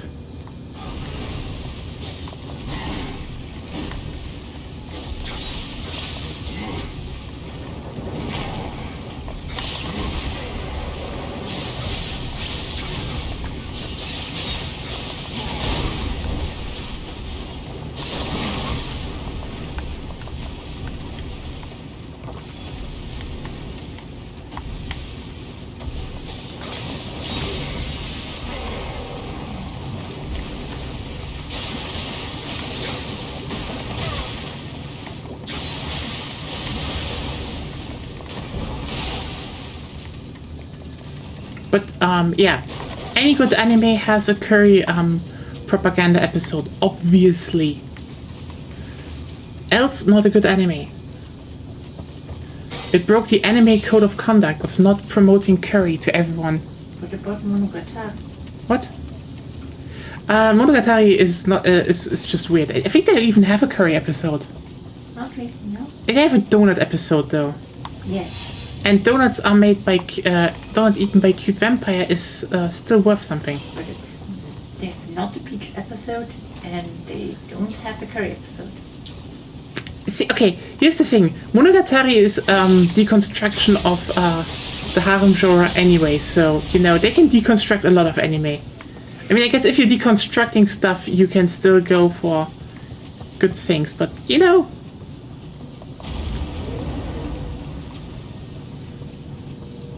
Oh, okay. Actually, Claire, if you watch an anime, literally watch a bit like, okay, is there a curry episode? And 99.9% in slice of life anime, there is a curry episode. I'm not kidding, that's a thing. Like, there are so many curry episodes. Hell, some anime even have 2 curry episodes.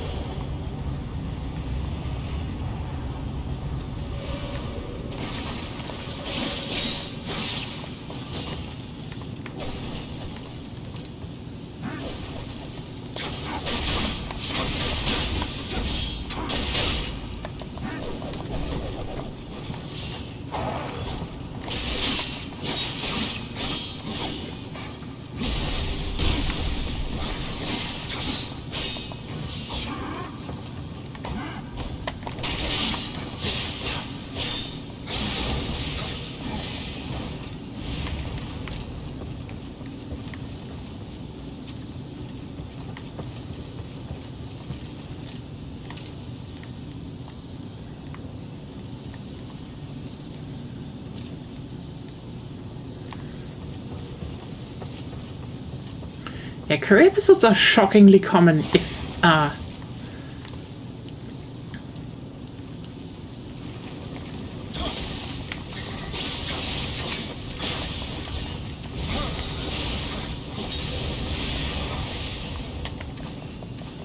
Another Raikiri, what?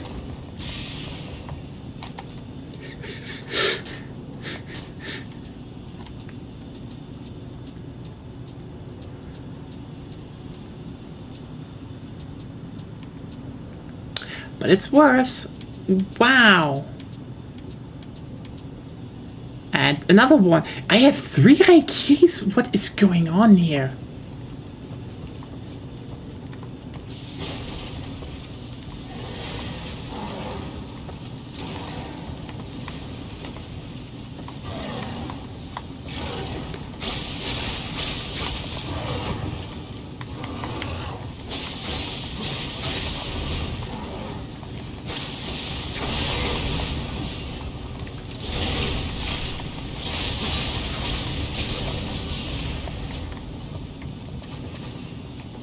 I mean, I guess after not getting anything for ever, I guess the game was just like, Raikiris. But only Raikiris.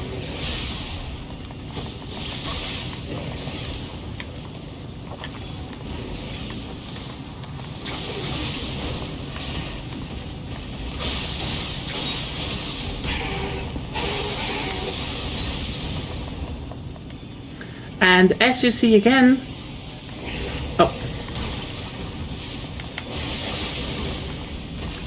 Oh. Fuck you. I wanted to show everyone that... there are Kodamas in this level. Go back to the shrine, Kodama. It's not safe.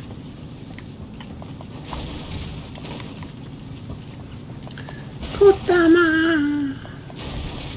We are the big Kodama appreciators in this room.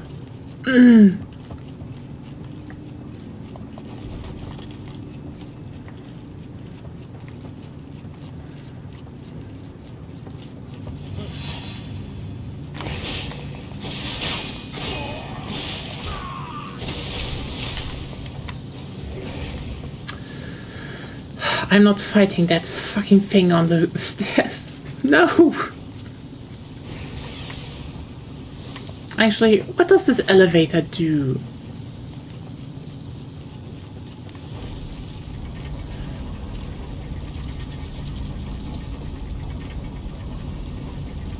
Oh!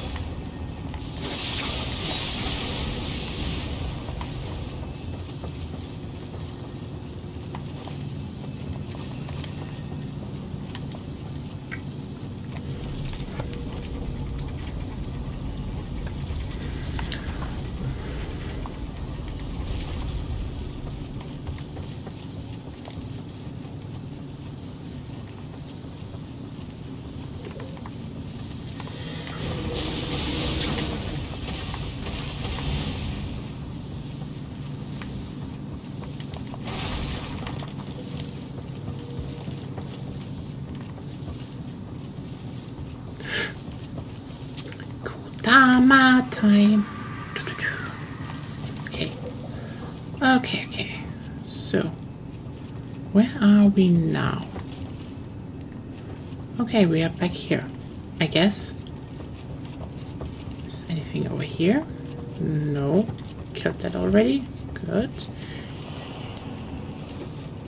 Or not? Oh yeah, right, maybe something there. Yeah, Kodama! Kodamas are so important, actually.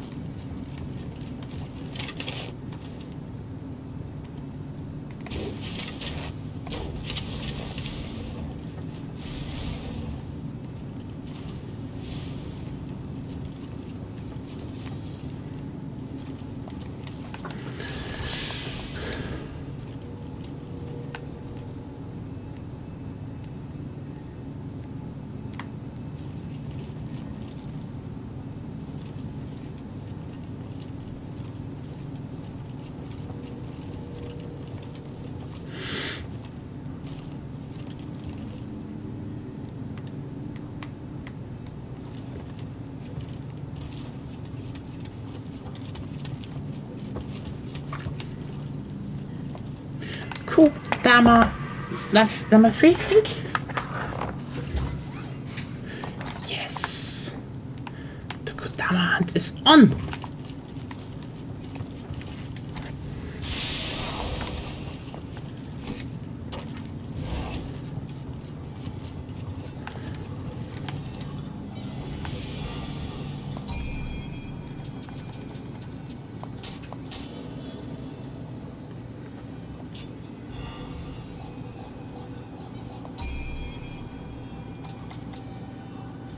Okay, we are just missing one Kodama and we know where it is, so let's get the Kodama.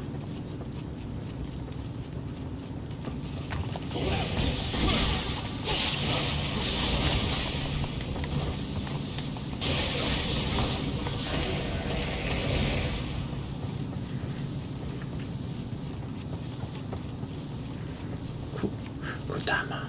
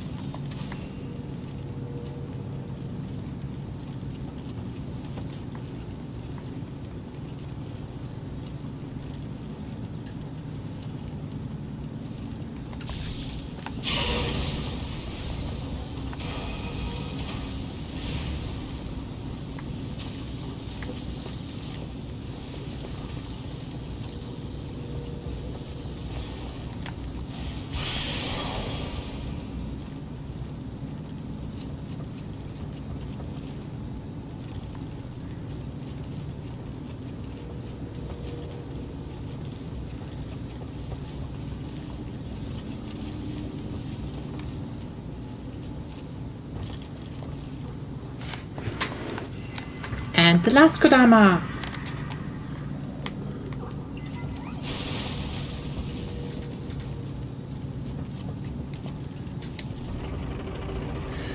Yes.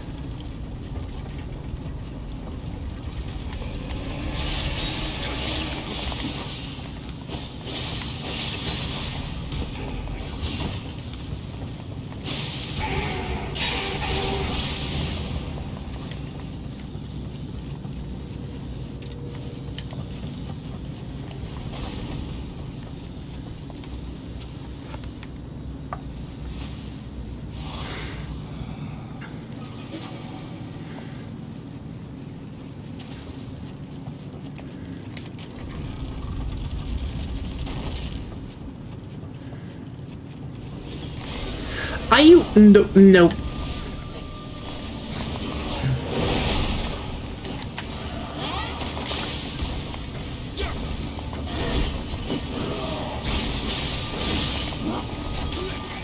This is okay. No, what the fuck game? This is why do you make the Ornstein and Smo of the average monsters? No, I dislike that.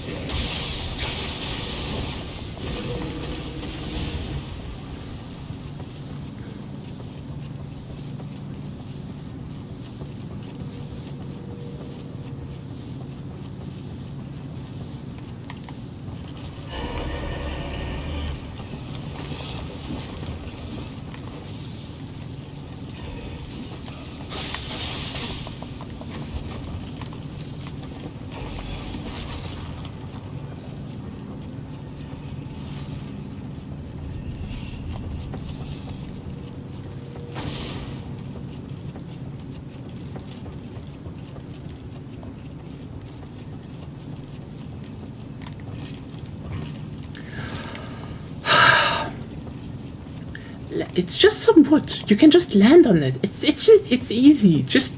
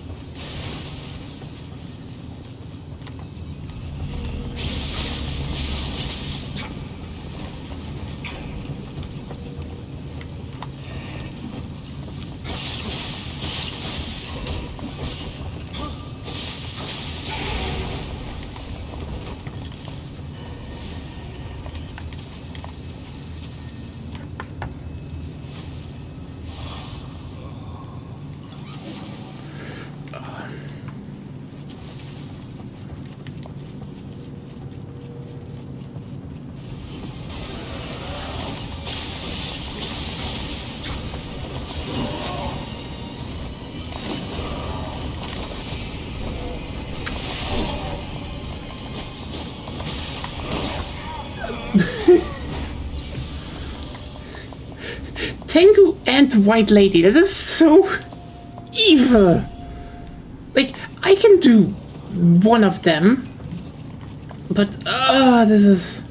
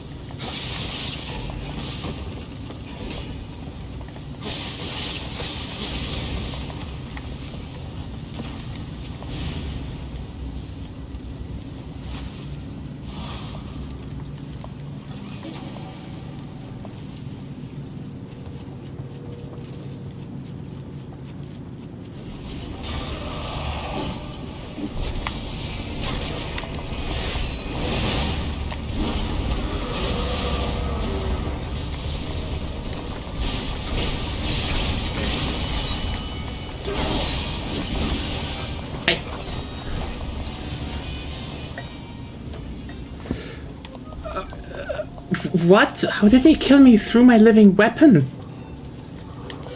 I started my living weapon and for some reason they just killed me even though it was active. It's just extra HP. What? It's just extra HP. Yes, but... If they do enough damage, they can still one-shot you.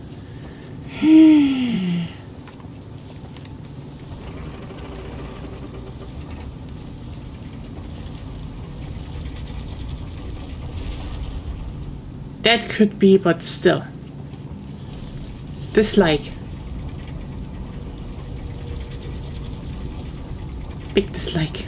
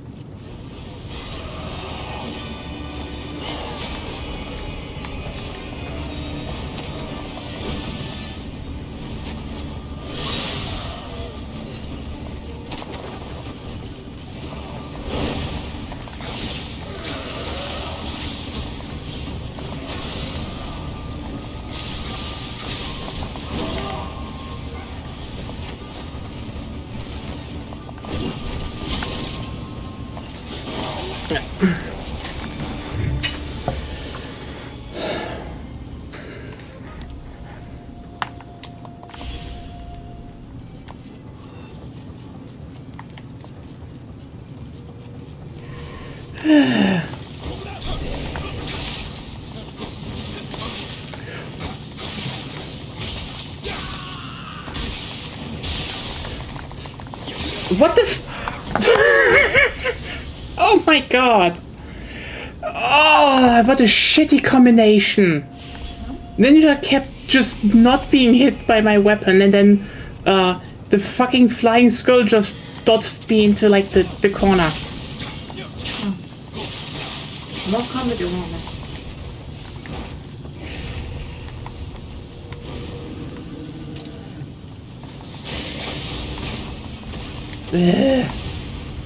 Now what, let's up the living weapon.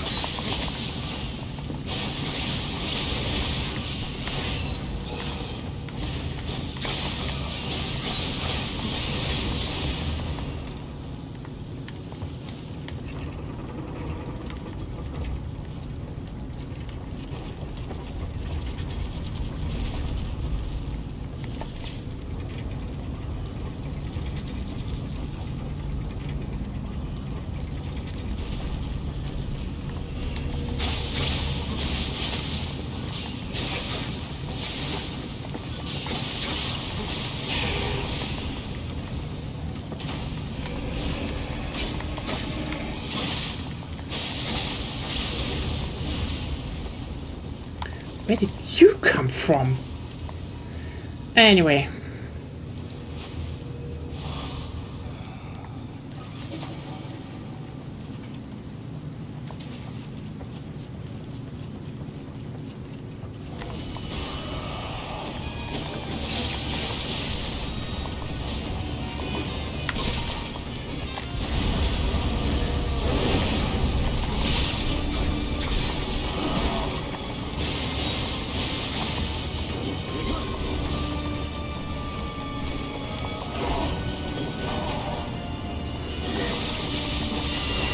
Okay.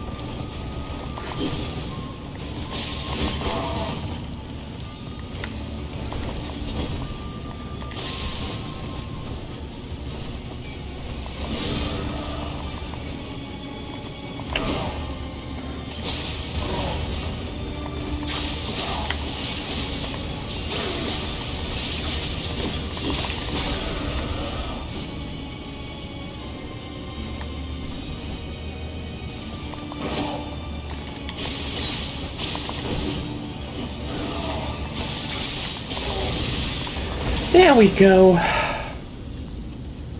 Whew.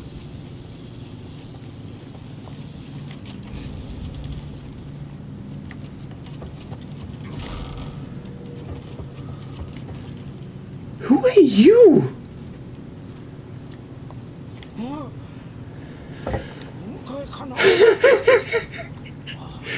Yokai bathhouse. Some guy just naps in the back room.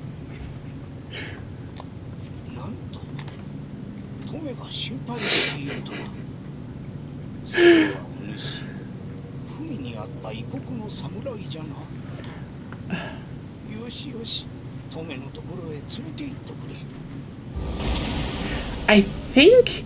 Yeah, right, that's her grandpa. He just chilled in the fucking yokai bathhouse. And I was like, well, I guess I should help her smith again. And it's like, yeah, grandpa. I mean, you made a good smith out of her, but still...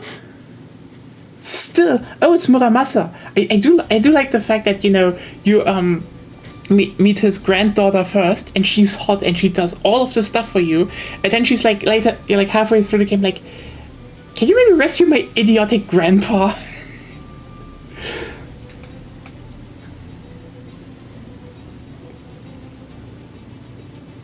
Oh look, the mission from the Smith gives you the mask that all the Smiths in Demon Slayer wear. I wonder if there is another cultural connection to that.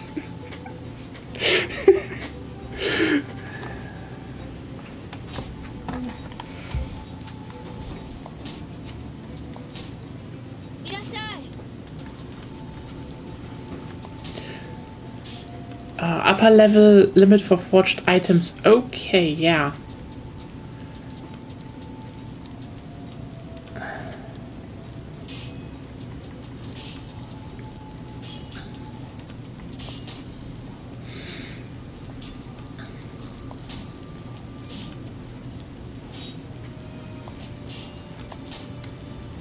Again, that's just cool stuff from side stuff.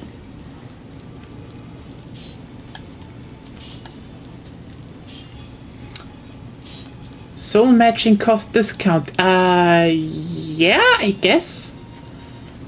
But,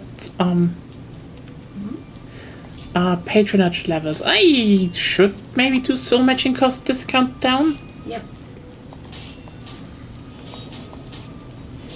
Yeah. Now I have 4% discount on soul matching cost. That is useful. Okay, Okay. Okay, let's see. Do I have, actually a better sword? But, Aikiri is generally pretty good, and it's almost, max familiarity, so... Yeah.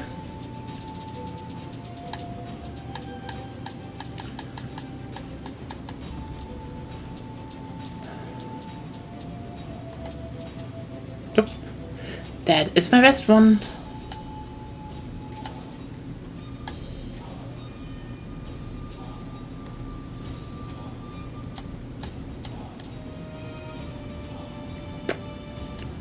I mean, I could actually go for... You know what? Let's see. Do I have... No. Wait, when did I...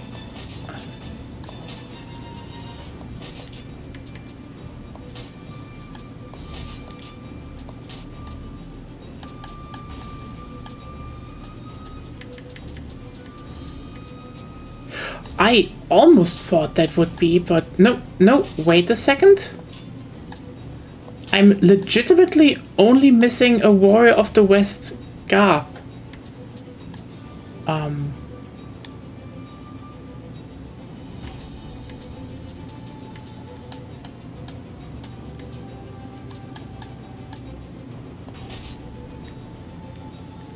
Huh. Yeah, I have found some better armors over time, I would say. But, like, 4 Warrior of the West pieces is pretty good. I just don't know why they don't activate as of now. I have 4 on me. I need more stats to activate the abilities. Yeah, which one I do know, though? That's the... Oh, body required and strength required 9... Oh. Ah, body and strength... on 10, yeah, I will do that later, definitely. Like, if I look at it, strength I have on 6, body I have on 8, so yeah. But I do want to get magic up to 14 first, so I can actually just unlock more on Nioh stuff. Which is very useful. Then I can do body and stuff, but probably pump hard first, but There's yeah. some armor talismans you can unlock for use against bosses. Mm-hmm. Yeah, and I guess then tomorrow the 7 good tidings and the weight of the world. I prioritize armor to be honest. I mean, honestly, you know what? It probably wouldn't hurt if I get strength and body to 10 and then just be like, yeah, I can just use the armor sets now. Do you have the dojo mission yet? I also already did that one. Which one do you mean, by the way? The one where you can get Hanzo's stuff. Ah, okay, which one is that? The Way of the Ninja... Okay, I have Way of the Ninja Adept, but there I need more dexterity? Ninja stuff, so... Yeah, and the Way of the Nioh Veteran is 15, so I'm doing magic now first. Then I could go for dexterity, I guess. But, like, no, I don't have the ninja stuff free. Free? I have the Shinobi apparel, Zukin, Yoi, Hakama, and Teko. Is that what you mean? No, it's not Hanzo's stuff. I think that's later. Yeah. I think that's when I get dexterity to 15. I can do that one where I get the Hanzo stuff. That's good armor. I know that it's good armor, but do I really want to be the ninja samurai? Yes, I told you already. Girl, do you know what you want me to be then? A ninja with a samurai sword. Yeah. That makes me a Sasuke. Sounds Like, good. I can accept being cute. I cannot accept being a Sasuke. Sasuke also couldn't accept he is a Sasuke. That might be true. But He still. couldn't accept it so much he got stuffed into a barrel. In the barrel you go, fuck you. Yeah, it's like, remember that whole arc where 99% Sasuke was just stuck in a barrel? And everyone else was, like, literally sidelined?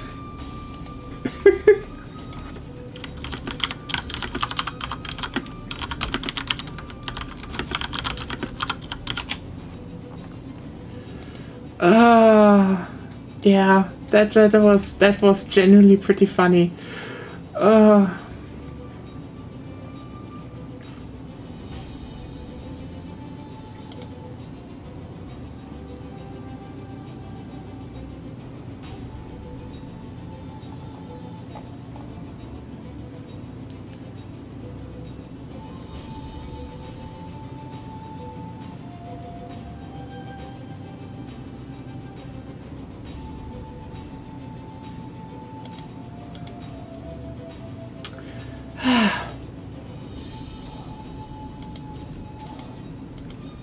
yeah. I guess I'm now running this Warrior of the West armor again. I can wear it. It's good armor. I mean, I could also start forging a new round of Kingo armor. It would probably be even pretty good. But should I tomorrow waste my time just farming that shit-ass centipede again 5 times just so I can forge the armor and you're like, oh, but you can just so much. But that costs more money. Just level and get Hanzo's armor. Why do you want me to get Hanzo's armor? I do not want to be a Sasuke. Or as we like to call him in Germany, Sasuke. It's not worth it. It is worth it. No, it's about the Kingo armor. That means the Kingo armor, not Sasuke. No, stop trying to make me into a Sasuke, okay? I didn't want to be He gets a dragon sword. Did Sasuke have a dragon sword? No, he did not.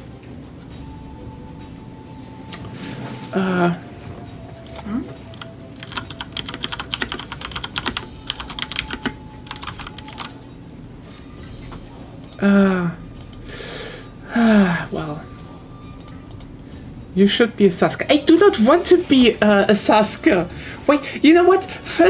You know what? That's the thing. That's the slippery slope I was afraid of. First, you make me accept that I'm cute, and then you're like, you know what? You're a Sasuke. And like, okay, where am I ending up next? You already have the electric sword. That may be true, but no.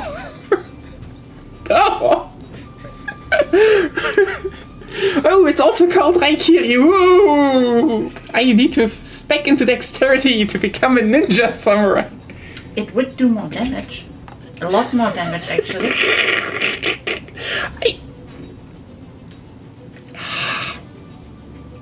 You're dodging anyways the whole time. I know! Why go for heavy or medium armor if you can have the dragon sword?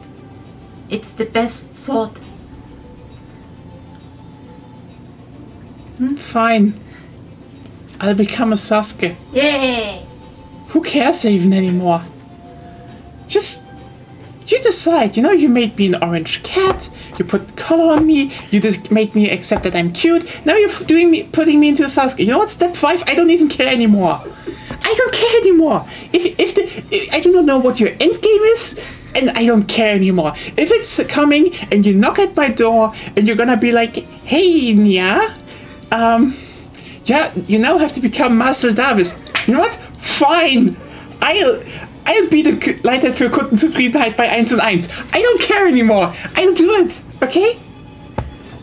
Hey, you made your own category video, by the way. It's supposed to be a dark blonde. It wasn't supposed to be orange.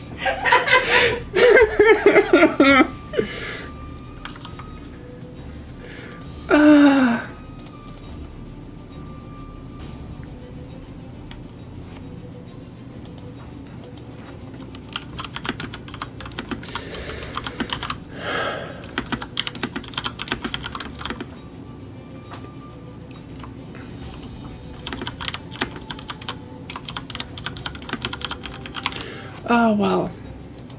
Also, just to round this out with some good news, despite everything, also fuck pirate software, holy shit.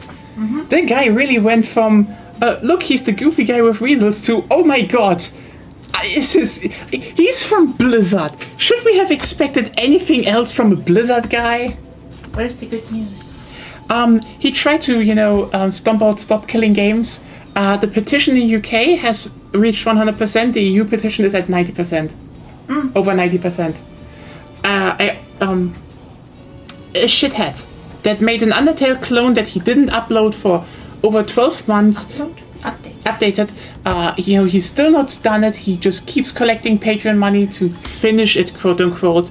And when Steam flagged his game as like, oh, the last update was over a year ago, he just pushed like a very tiny update that did nothing just to get rid of that flag because he's that shitty.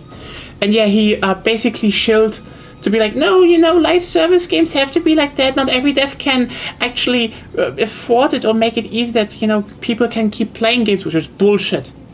Like, this is genuine bullshit. Like, the thing is, server infrastructure and such is hard. But, and here's a big but, a lot of games were able to transition to private models or free models when, they were done. They just needed the server tools. And if you make good server tools from the start, it's not a problem. No, that's not the thing. It's a bit more, okay? See, the point of Stop Killing Games is that, first of all, yes, games should be able to, that you can be able to keep playing games offline. But also, crucially, games that are relying on being online, like MMOs or multiplayer games, that their game devs should provide, the community with server tools, or at least enough data that they can reverse engineer server tools, so the community can keep hosting their private servers. Because we keep having that problem. Like, look, for example, a good example is, I like Battlefield 2 and Battlefield 2142. The irony is you technically can't play those games anymore. They're still sold, but you can't technically play them anymore as intended. Only with bots, and not even 2142 anymore, because they were made, for GameSpy, and basically it was really hard to remove that. And now you can play them now with, because fans have actually reverse engineered the server structure, so there is a way to play. But the key thing is, again, there should just be the option to host your own games, and some games have done that. Like, I think a good example,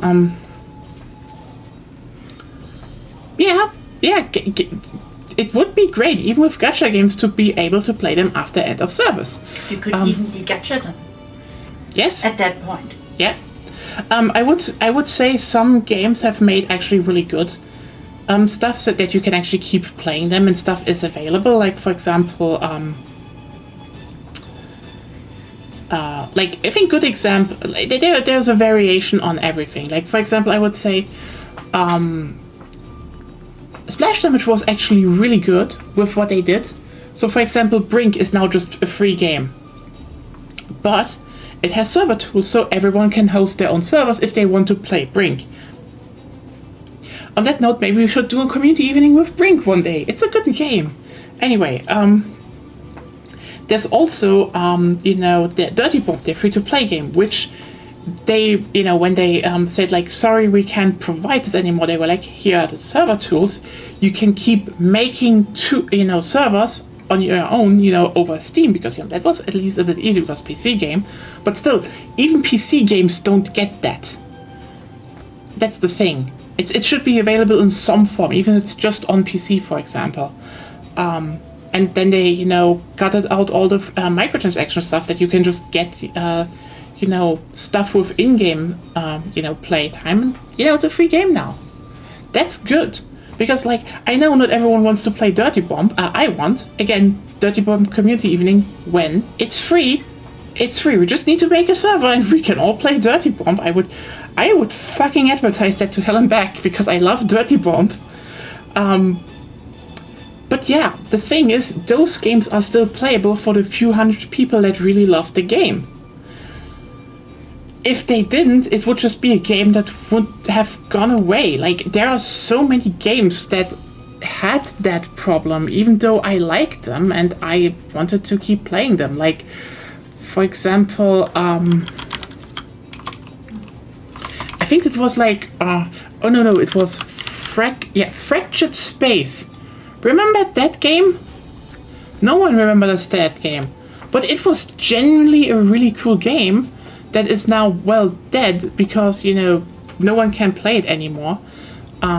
It's like literally not even on the store anymore. It was basically, it was a spaceship MOBA, basically. Kinda, yeah. Yeah, you warped in, like, it had basically, like, 2 zones, and they were all a bit different. Several zones. but like you kind of need to. You're terrible at talking. Basically, it was all about, you walked in, you fought over points, and there was sometimes a third sector in the center where you could warp into and fight over it for bonus stuff, and then you had to destroy the enemy base. And it was really cool because, the ships were, not your typical sci-fi stuff. They were like converted freighters, and you had like literal containers hanging in on the side.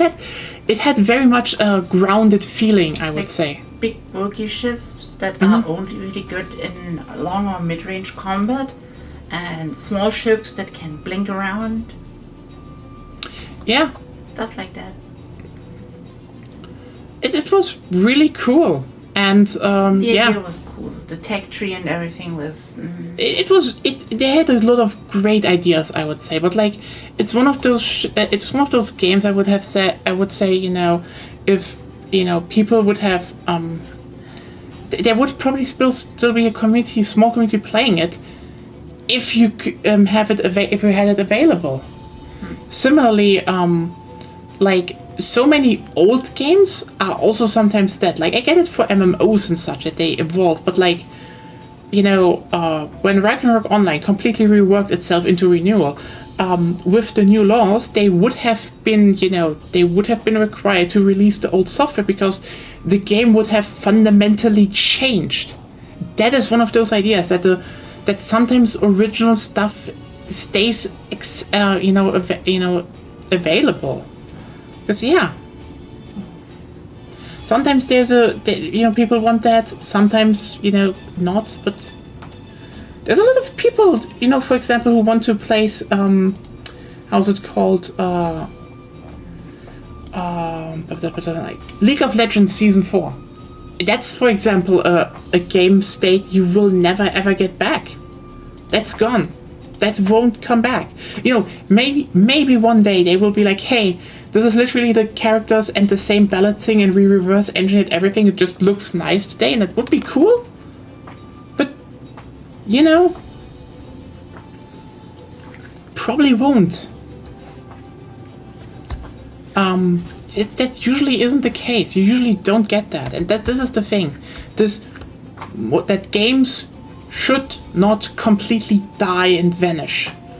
Because this is about game preservation, but also just about the fact that people want to keep playing their games in some form. Like, I think a good example from my side for that is actually our side. We probably put this one on once or twice, but like, remember Scrolls? The one game Mojang developed that wasn't Minecraft and didn't have the stench of a fascistic transphobe on them. That one was a really good game. No one played it because everyone was too, just somehow slathered over Hearthstone, which was not nearly as good as Scrolls, period. Like, I'm not even gonna debate that. Like, Scrolls in terms of gameplay was just better. Like, holy shit, was that a good card game, actually. But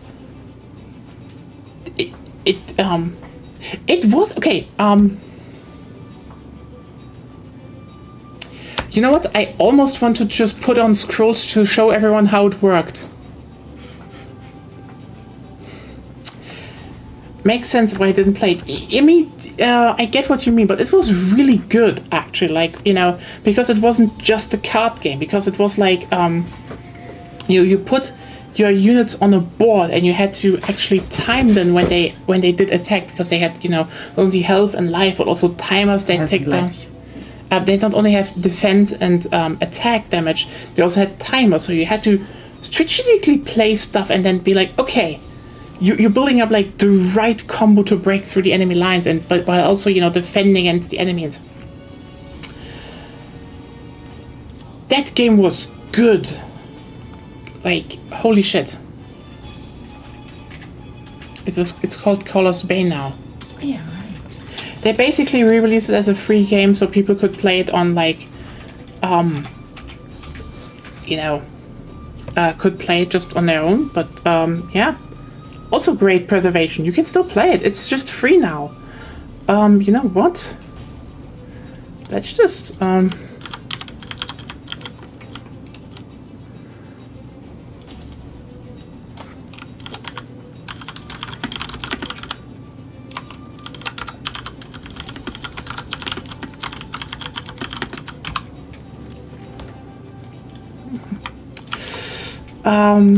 yeah, you know what, everyone? I'm gonna show off some scrolls, actually. So yeah, see you in a bit. Do you still have it? I don't know where it is. Did you lose it? How should I know? Okay, you know what? This was Nioh. See you tomorrow for more Nioh, but stay here. Literally be right back in a second. Have a good night and stay safe and hydrated. But yeah, be here. Stay here. 1 second.